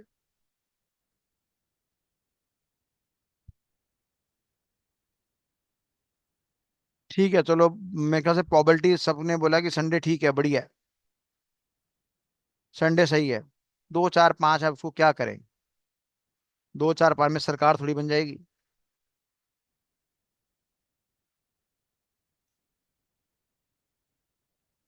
चलो ठीक है भैया। तो भैया अब हमें क्या करना पड़ता है, शेयर बाजार में अगर शेयर हमें जज करना है कि बढ़िया है कि घटिया है, प्राइस बढ़ेगा कि गिरेगा, तो उसके लिए हमें क्या करनी पड़ती है बेटा, बहुत सारी खतरनाक पढ़ाई करनी पड़ती है, जिसको हम कहते हैं टाइप ऑफ एनालिसिस। एनालिसिस का मतलब होता है, एनालिसिस नाम का शब्द रेफर करता है, it refers to deep study. It refers to deep study. ठीक है बच्चे। इट रेफर एनालिसिस मतलब क्या होता है, डीप स्टडी। ऐसा आदमी जो एनालाइज करता है उसको बदले में क्या कहते हैं, उसको हम कहते हैं एनालिस्ट। तो ये जो आप एक साल की पढ़ाई करेंगे, अगर भगवान ने चाहा तो अगर आप एक साल की पढ़ाई करेंगे तो आप क्या बन जाएंगे, आप एनालिस्ट बन जाएंगे, खतरनाक आदमी मिल जाएंगे। कंपनी को आप स्टडी करना आपको आ जाएगा, कंपनी की चालाकियों को आपने आपको भापना आ जाएगा। ठीक है बच्चे। तो अब एनालिसिस कितने तरह के होते हैं, हमने कहा जी एक होता है हमारे पास फंडामेंटल एनालिसिस, लिखते रहिए साथ साथ।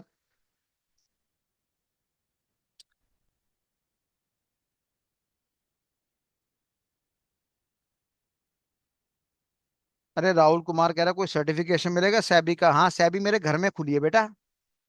मेरे घर के नीचे बेसमेंट है, वहीं मैंने सैबी खोल रखी है। अरे क्या मेंटल होते हो क्या तुम लोग, हैं? सैबी के अपने पेपर है, सैबी कहता है 1700 रुपये दो, पेपर दे दो, ऑनलाइन टेस्ट लूंगा, पास हो फेल हो फैसला हो जाएगा वहां पे। हैं, अब एक भाई कह रहा है कि सर वो 1700 रुपये हमें देने पड़ेंगे, नहीं मेरे को देने पड़ेंगे बेटा, मैंने तेरा कर्जा देना था पिछले जन्म में, इस जन्म में मैं तेरा कर्जा पूरा करने के लिए आया हूँ।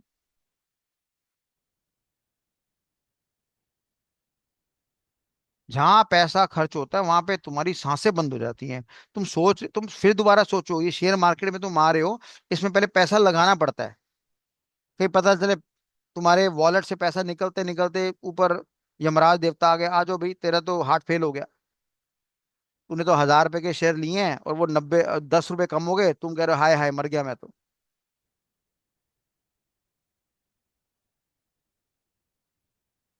अजीब ही आदमी हो यार। पढ़ लो पहले फंडामेंटल एनालिसिस। तुम पैसे नहीं खर्च पाओगे, मेरे को पता है तुम नहीं खर्च पाओगे, तुम्हारे बस की नहीं, तुम दूसरों के पैसे को आग लगाओ ना।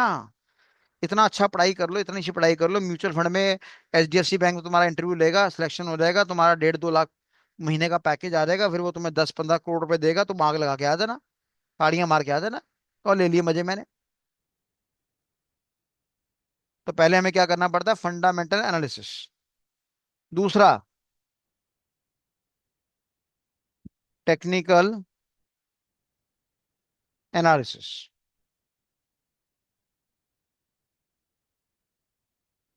ठीक है भैया, टेक्निकल एनालिसिस। तीसरा, डेरिवेटिव एनालिसिस। नोट डाउन करते रहना फटाफट। Derivative analysis. चौथा, फ्यूचर एनालिसिस। पांचवा,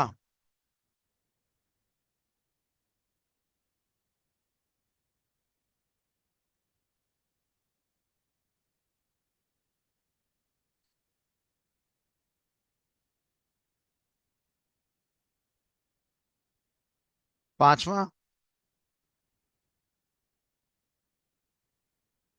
ऑप्शन एनालिसिस। ठीक है जी। ऑप्शन के अंदर एक टॉपिक आता है मेरे पास, ऑप्शन बाइंग एनालिसिस, और एक आता है बेटा option selling analysis. Option buying हो गया, ऑप्शन सेलिंग हो गया। सर ये क्या होता है आगे पढ़ेंगे बेटा, ये तो बड़ी डीप साइंस है। तुम गरीब हो यहाँ पर आ जाओ, तुम अमीर हो यहाँ पे आ जाओ, कम पैसा है, ये खेल लो, ज्यादा पैसा है, ये खेल लो। सर पैसा है ही नहीं मेरे पास, जाओ नौकरी कर लो। दूसरे के पैसे के आग लगा दो, अपने दोस्त का पैसा आग लगा दो, अपने मम्मी पापा का पैसा आग लगा दो, अपने ससुराल वालों का पैसा आग लगा दो। ठीक है, समझ में आ रही बात? ये सारे एनालिसिस है मेरे पास।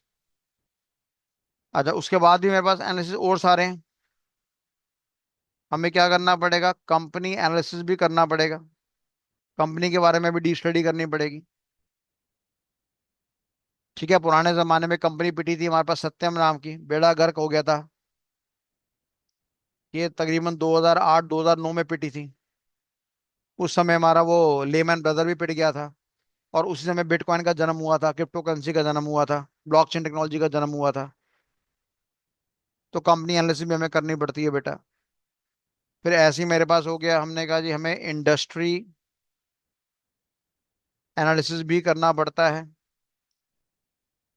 इंडस्ट्री एनालिसिस, हमें सेक्टर एनालिसिस भी करना पड़ता है। सर सेक्टर से क्या मतलब है? भाई धंधे करने के बड़े सारे सेक्टर है मेरे पास। मैंने कहा फार्मास्यूटिकल है, दवाइयों वाला है, स्टील वाला है, पावर वाला है, एआई वाला है, इलेक्ट्रिक व्हीकल वाला है, सोलर वाला है, इलेक्ट्रिसिटी वाला है। समझ में आ रही बात नहीं आ रही? बड़े सारे हमारे पास आईटी वाला है मेरे पास। बड़े सारे सेक्टर है मेरे पास। फॉर एग्जांपल, आप सुबह उठे, आपने कहा शेयर बाजार में पैसा लगाऊंगा। मैंने कहा किस में लगाएगा? आपने कहा फार्मास्यूटिकल में लगाऊंगा। पता चला फार्मास्यूटिकल पिटा हुआ था उस दिन का सेक्टर, और सेक्टर जो चढ़ रहा था वो आईटी वाला था। तो भाई जैसे फ्लो चल रहा था वैसे चलना चाहिए था तुम्हें। तुम फ्लो के अगेंस्ट चले गए। जो जो सेक्टर गिर रहा था तुमने उसमें पैसा लगाने के बारे में सोचा, तो बेड़ा गर्क हो गया। तो इसलिए हम कहते हैं लगाने से पहले स्टडी कर लो कि आज की डेट में कौन सा सेक्टर चल रहा है। समझ में आ रही बात? मीडिया का सेक्टर होता है, मेटल का सेक्टर होता है, पावर का सेक्टर होता है, ईवी का होता है, एआई का होता है, बड़े सारे सेक्टर होते हैं हमारे पास, 18 19 20 25 50 होते हैं। समझ में आ रही बात नहीं आ रही है? तो कहने का मतलब यहाँ पे ये हमारे पास ये कंपनी है भैया, रिकी साहब कंपनी है। कंपनी एनालिसिस हो गया हमारे पास, इंडस्ट्री हो गया मेरे पास। ठीक है नहीं? ऐसे ही मैंने बोला एक और हो गया मेरे पास, इकोनॉमिक इकोनॉमिक्स एनालिसिस। इसके अंदर भी दो तरह के होते हैं। एक का नाम होता है माइक्रो वाला, और एक होता है मैक्रो वाला। माइक्रो एनालिसिस या मैक्रो एनालिसिस।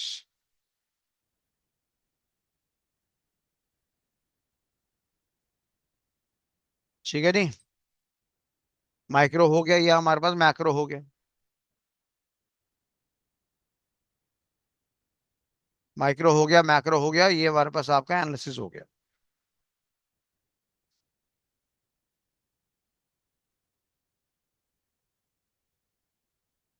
ठीक है भैया। ऐसे ही मेरे पास होता है एक ग्लोबल एनालिसिस, या जिसको दूसरे शब्दों में हमने क्या नाम दिया, ग्लोबलाइजेशन एनालिसिस का नाम दिया। यानी वर्ल्ड को स्टडी करना। वर्ल्ड को स्टडी करना उसको हम कहते हैं ग्लोबल एनालिसिस। वर्ल्ड को स्टडी करने से क्या मतलब है? भैया तुमने यहाँ पे क्या करा, एक बर्गर की दुकान खोली, तुम्हारी कंपनी का नाम था नरूलास। किसी ने नाम सुना था नरूलास? जवाब देना जरा, क्या आपने नरूला का नाम सुना है? किसी जमाने में ये बड़ा फेमस हुआ करता था। नहीं सुना ना? आप सब यंग बच्चे हैं, मेरे टाइम की बात है। तो तब नरूला नरूला बड़ा फेमस होता था। बर्गर क्या होता है, पिज्जा क्या होता है, इसी ने शक्ल दिखाई थी यहाँ पे। फिर हमारे हिंदुस्तान में ग्लोबलाइजेशन आ गया। कौन आ गया? मैकडीज आ गया। कौन आ गया? पिज्जा हट आ गया। कौन आ गया? डोमिनोज आ गया। इसने उठा के इसकी बजा दी पकड़ के। आज की डेट में भी इसके एक दो सेंटर है मेट्रो के पास खुले हुए हैं, पर इसकी बजी पड़ी है। तो यानी क्या हुआ, हमारा विदेशी बाजार आके हमारी वाट लगा के चला गया। इंडियन टॉय मार्केट बर्बाद होगी। इंडियन मोबाइल फोन मार्केट पनप नहीं पाई, क्योंकि विदेशी माल इतना सस्ता आ गया कि लोगों ने सस्ता माल खरीदने के बारे में सोचा। ठीक है बच्चों, क्लियर है? फिर ऐसी मेरे पास एक और स्टडी होती है जिसको हम कहते हैं जियो पॉलिटिकल एनालिसिस।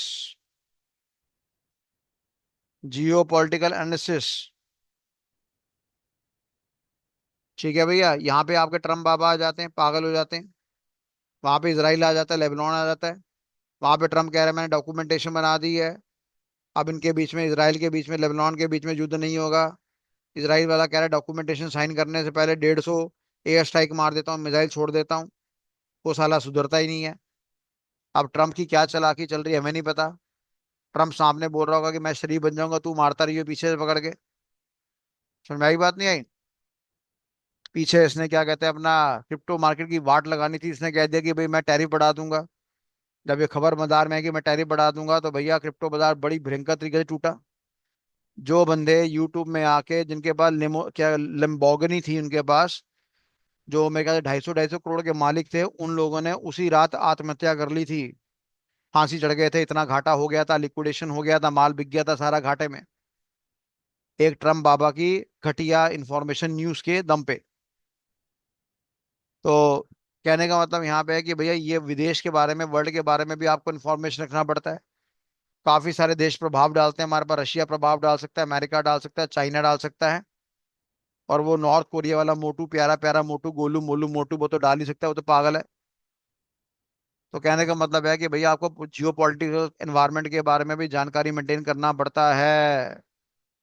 वोडाफोन के बारे में मैंने जानकारी दिया था, 7 रुपये 45 पैसे पे ले लो, सारी दुनिया कह रही थी घटिया शेयर है, नहीं लेना। आज वो हमारा 14 रुपये 99 पैसा भी टच कर गया 2 3 महीने के अंदर। तो जिन बच्चों से मैंने पैसे निवेश वैसे ही उनको ज्ञान के तौर पे बताया था, तो ऑलमोस्ट 100% डबल हो गया उनका आज की डेट में। तो अब वहां पे बड़ी सारी इंफॉर्मेशन थी। वहां पे मोदी साहब के संपर्क क्या चल रहे हैं यूके के प्राइम मिनिस्टर के साथ, वो जानकारी थी। ट्रम्प के साथ कितना हार्डकोर आर्गुमेंट चल रहा है, वो जानकारी थी। मोदी साहब अपना मुकेश अंबानी जी को स्टडी करना चाह रहे थे कि भैया अचानक गडकरी गडकरी क्यों हुआ जा रहा है, गडकरी को प्राइम मिनिस्टर बनाने की बात तो नहीं सोची जा रही है। तो बड़ी सारी बातें थी जो हमें ध्यान देनी पड़ती है, तब जाके हमारे पास काम उठता है। तो इसको हमने क्या नाम दिया, जियो पॉलिटिकल एनालिसिस का नाम यहाँ पे दिया हुआ है। इसके अलावा और बड़े सारे मोटे मोटे एनालिसिस होते हैं, पर फिलहाल मैंने आपको ये सारी जानकारी दे दी। तो जब भी हमें क्या करना पड़ता है, स्टॉक मार्केट में खेलना होता है, तो हमें एक और कॉन्सेप्ट को स्टडी करना पड़ता है जिसको हम कहते हैं एफआरएम। और एफआरएम का मतलब मेरे पास यहाँ पे क्या होता है, एफआरएम मतलब होता है फाइनेंशियल रिस्क मैनेजमेंट। और इतना जानदार सब्जेक्ट है, मेरा फेवरेट सब्जेक्ट है भैया। जिसने इसको समझ लिया वो 2 पैसे मोटे कमा के जाता है, वो घाटा नहीं खाता। अगर आप केवल एफआरएम की बात करोगे तो इसके ऊपर मैं तकरीबन ज्यादा नहीं 450 घंटे का लेक्चर दे सकता हूँ आपको। 450 घंटे का मैं ज्ञान केवल फाइनेंशियल रिस्क मैनेजमेंट के दम पे दे सकता हूँ, अगर आप चाहें तो। पर आप निकम्मे उस लायक नहीं है कि मैं आपको ये ज्ञान दे सकूं। आपकी हरकतें ऐसी हैं ना, जब मैं बोलता हूँ बेटा कन्फर्मेशन दो, आपको मौत आ जाती है। तो मैं अपना 450 घंटे का गला क्यों फाड़ूं ऐसे निकम्मों के लिए? तो इतना प्यारा टॉपिक है, इतना प्यारा टॉपिक है, जितने पैसे जेब में हो मेरे सारे नोट में वार दूं और डांस हाथ में करूंगा इसके साथ। इतना बढ़िया इसके बारे में भी हमें स्टडी करना पड़ता है। हमें ट्रेडिंग साइकोलॉजी को स्टडी करना पड़ता है। ट्रेडिंग साइकोलॉजी, सब कुछ बेटा साइकोलॉजी होता है, दिमाग में होता है हमारा। आप कह रहे हैं मैं मर गया, मैं मर गया, आप हार मानेंगे तो आप हारे जाएंगे, अदरवाइज आप नहीं हारेंगे। है ना, वो क्या नाम था, कैफे डे वाला, कॉफी डे वाला था ना, कैफे डे वाला। उसने इतने सारे फ्रेंचाइजी खोल दिए और जाके आत्महत्या कर ली। फिर उसकी बीवी ने संभाल लिया, आज वो प्रॉफिट के अंदर आ गया। यानी माइंडसेट से वो बंदा गरीब हो गया था बेचारा। आजकल ये जितने आईआईटी वाले बच्चे हैं बड़े टेंशन में रहते हैं। पीछे पता लगा था कि एक आईआईटी वाला बंदा अमेरिका में रह रहा है, उसने खुद जहर खाया, बीवी को दिया, 2 बच्चे थे उनको भी जहर दिया, छोटे छोटे बच्चों को जहर दे दिया।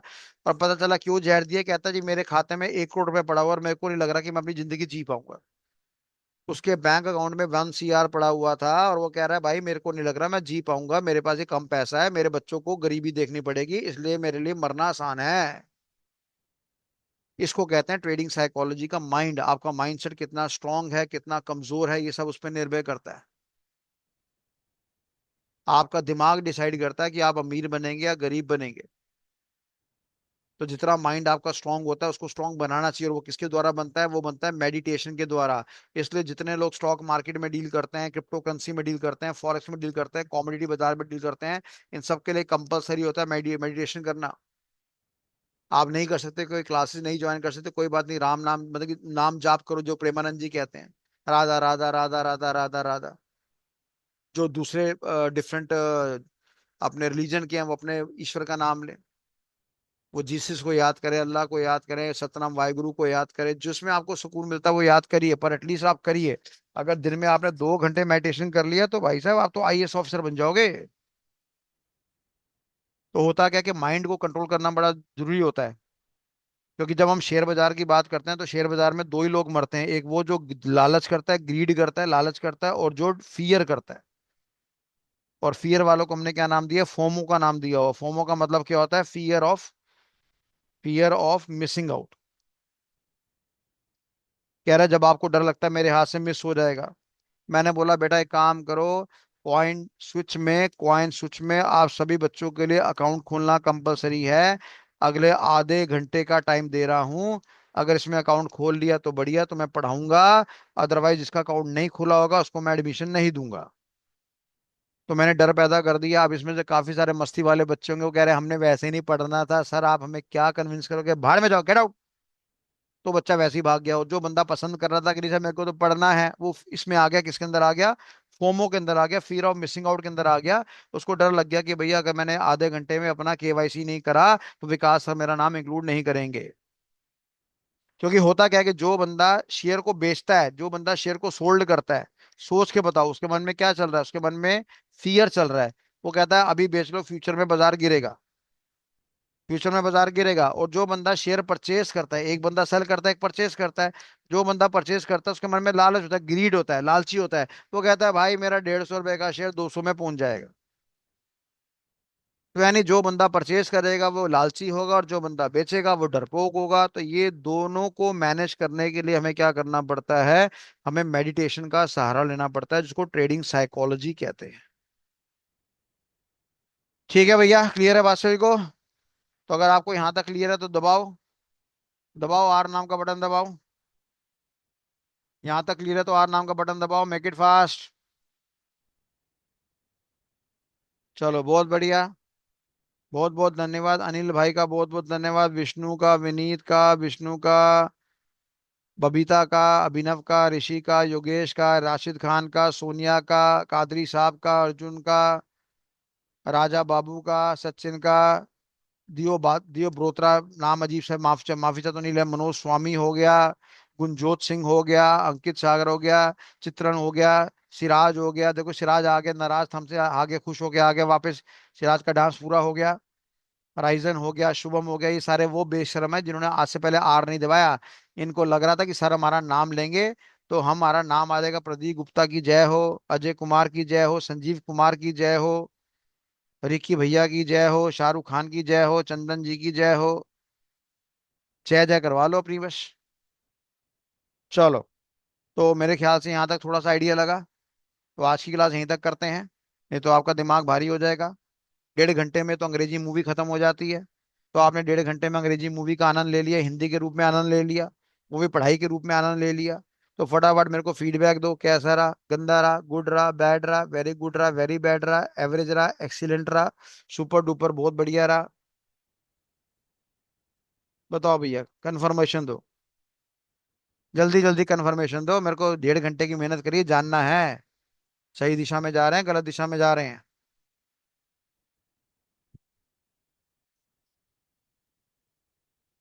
चलो, कुछ आपको फायदा हुआ आज के ज्ञान से?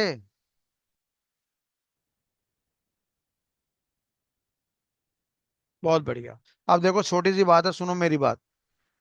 ये है कॉइन स्विच नाम की कंपनी। इस पे मैं आपके ग्रुप में भेज दूंगा लिंक। उस लिंक को क्लिक करना, अकाउंट ओपन करना, मोबाइल नंबर पूछेगा, केवाईसी करना, खत्म कहानी बात। बैंक वेरीफाई करना, खत्म कार्य सारी बात। ठीक है भैया? तो कॉइन स्विच के अकाउंट खोलो फटाफट। उसको मैं बोलूंगा देखो जी इतने बच्चों के मैंने अकाउंट खुलवा दिए। फिर फ्यूचर में आपने पैसा भी डालना है, 1,000 से लेके 5,000 रुपये अपनी जेब में रेडी रखना, ताकि तुम पैसा कमा सको। सैबी के चक्कर में तो हम आपको रिकमेंड नहीं कर पाएंगे, पर डेफिनेटली यहाँ आप दो पैसे कमा लोगे। जैसे मेरा कल एक बच्चा था, उसने 3,800 रुपये कमाए मुश्किल से 3-4 घंटे के अंदर। फिर उसने बिटकॉइन में पैसे लगाए तो उसने 800-900 रुपये वहां भी कमाए। तो मोटा मोटा वो एक ही दिन के अंदर 4,900 रुपये कमा के चला गया। ठीक है, खुश था, बड़ा खुश था बेचारा। और उसने पीछे पीछे पैसा लगा रखा था 10,000 रुपये। तो 10,000 रुपये उसने पैसा लगा रखा था। और उसको थोड़ा सा बताया गया था कि ऐसा कर ले भैया। 10,000 रुपये पैसा लगा रखा था, 5x में उसको खिला दिया था। माल उसको हो गया था 50,000 रुपये का। और 50,000 रुपये उसको बेनिफिट मिला, सोलाना नाम के सिक्के में उसने पैसा कमाया था, और बिटकॉइन में उसने पैसा कमाया था। यहाँ 800-900 रुपये में प्रॉफिट बना दिया था उसका मैंने, और यहाँ पे वो 3,800 के करीब अपना प्रॉफिट बना के निकल लिया था। तो कहने का मतलब यहाँ पे है कि अपना ये कॉइन स्विच में अकाउंट खुलवाओ। अभी मैं कॉइन स्विच में अकाउंट खुलवा रहा हूँ। उसके बाद मैं एक जियो टस करके कंपनी है, उसमें अकाउंट खुलवाऊंगा। ये जियो टस वाले कंपनी बड़े प्यारे लोग हैं। ये लोग हर बच्चे को 3,000 रुपये देते हैं अपनी तरफ से खेलने के लिए। अब थोड़ा सा कंजूसी करने लग गए हैं, अब ये 1,000 रुपये देना स्टार्ट कर दिए इन लोगों ने। ठीक है भैया। तो ये यहाँ पे $10 देते हैं और यहाँ पे $30 देते हैं। तो देखते हैं वो क्या देते हैं क्या नहीं देते हैं।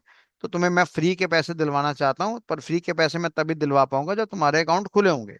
पीछे इन लोगों ने क्या करा है, एक बैच में बच्चों को $30 दे दिए। अब वो $30 तो बच्चे के पास आ गए, उन्होंने ट्रेडिंग ही नहीं करा। अब ट्रेडिंग नहीं करा तो उन्होंने क्या करा, ये पैसा उनके अकाउंट से निकाल के किसी दूसरे बंदों को दे दिया जो ट्रेड करना जानता था, जो ट्रेड कर रहा था बेसिकली। क्योंकि इन बड़ी बड़ी कंपनियों का मेन पर्पस क्या होता है, इन बड़ी बड़ी कंपनियों का पर्पस होता है वॉल्यूम बनाना, वॉल्यूम बनाना। ये क्या करते हैं, ये बड़ी बड़ी कंपनी फंडिंग उठाते हैं, किसी और को चूना लगाते हैं। बात समझ में आ रही नहीं आ रही है। वो कह देंगे देखो जी हमारे पास एक हफ्ते के अंदर 200 करोड़ का वॉल्यूम है, कोई यहाँ पे इन्वेस्टर बैठा होगा अश्नील ग्रोवर जैसा, वो उसका दिमाग घूम जाएगा, कहेगा ले भाई 10 करोड़ मेरे से ले ले या 100 करोड़ में मेरे से ले ले, मैं पैसा निवेश करना चाहता हूँ। तो कहने का मतलब ये है कि अभी जेनवन दिखाना चाहते हैं। अब मान लो यहाँ पे मैंने बोला एक्स नंबर ऑफ बच्चे हमारे पास है, मैंने कहा 10 बच्चे पढ़ रहे हैं फॉर एग्जांपल, मेरे पास 10 बच्चों ने यहाँ पे अकाउंट खोल लिया। अब इनको जियोटस वालों ने सबने क्या कर दिया, 1,000 रुपये दे दिया। अब लगाओ ना 1,000 रुपये की वाट लगाओ ना, तुम्हारे कौन से पैसे अपने हैं। हाँ कर को ये 1,000 रुपये के तुम्हारे 5,000 बन जाते हैं तो 4,000 रुपये अपना प्रॉफिट बाहर निकाल के एंजॉय करो। गर्लफ्रेंड के साथ जाओ, एंजॉय करो, पिक्चरें देखो, दारू पी के जमीन में लेट जाओ, पुलिस वालों के डंडे खाओ, वो सब तुम्हारे ऊपर है। तुमने क्या करना है वो सब तुम्हारे ऊपर है। ठीक है भैया। तो अब ये अकाउंट खोलो, अब ये अकाउंट में मरू मरू कर रहे हो, उसमें मौत आ रही है तुम्हें, तो मेरे को मजा नहीं आता, साफ सी बात है। ये कंडीशन है, रिक्वायरमेंट है, फॉलो करना पड़ेगा। अब कुछ अजीब से मेंटल लोग होते हैं, सर मेरा अकाउंट स्विच में अकाउंट पहले से खुला हुआ है, जहाँ पहले से खुला है, वहां से पढ़ ले जहां से खोला है। यहाँ जान मैं मार रहा हूँ तो भैया उसका मेरे को भी तो आगे हिसाब देना पड़ेगा ना। समझे बात नहीं समझे। सर मैं नहीं खोल पाऊंगा, नहीं खोल पाएगा तो बेटा बैच से बाहर निकल जाइए, दैट्स इट। अपने आप शराफत से निकल जाइयो। मेरे को मत तब परेशान करियो कि मैं एक मैडम लगाऊं कि इस बच्चे को बाहर निकालो, अपने आप ग्रुप से बाहर निकल जाइयो, दैट्स इट। तो ये सिस्टम है। अब संजीव जी कह रहे हैं रिकॉर्डिंग अवेलेबल करवा दो सर। संजीव जी पैसे खर्चने को रेडी हो, आप 307 रुपये खर्चो जो अमेजोन के पास जाएंगे। शर्म करा करो थोड़ी सी।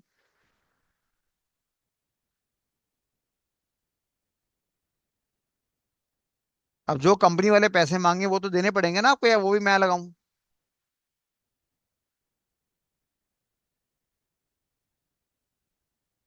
तो ये सिस्टम है अब आपका। अब एक कॉइन स्विच में अकाउंट खुलवा लेना भैया, लिंक मैं डाल दूंगा, इमीडिएटली खुलवा देना।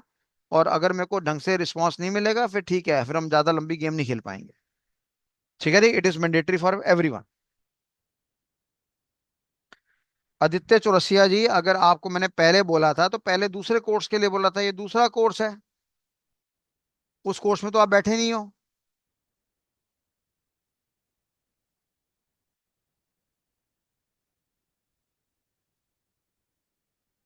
ठीक है जी, तो फटाफट कंफर्मेशन दो, क्या आप खोलने के मूड में हो।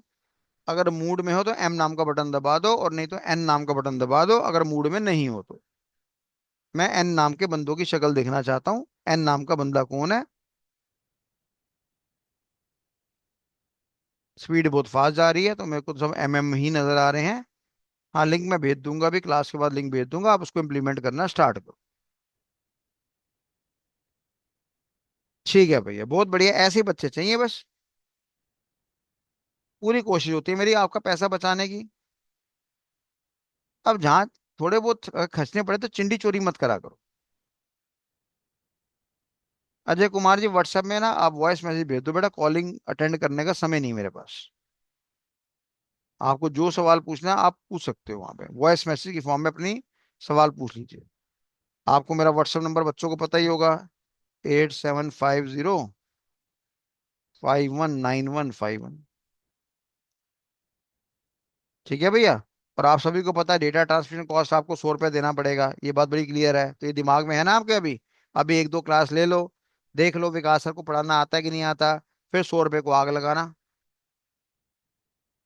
तुम्हारी बात नहीं आ रही है। 100 रुपया महीना आपको डेटा ट्रांसमिशन कॉस्ट पे करना पड़ेगा, ये खर्चा आपका है, मैं इतने सारे बच्चों का खर्चा बेर अपनी जेब से नहीं कर सकता। चलें। Bye bye tata, good night, bye everyone.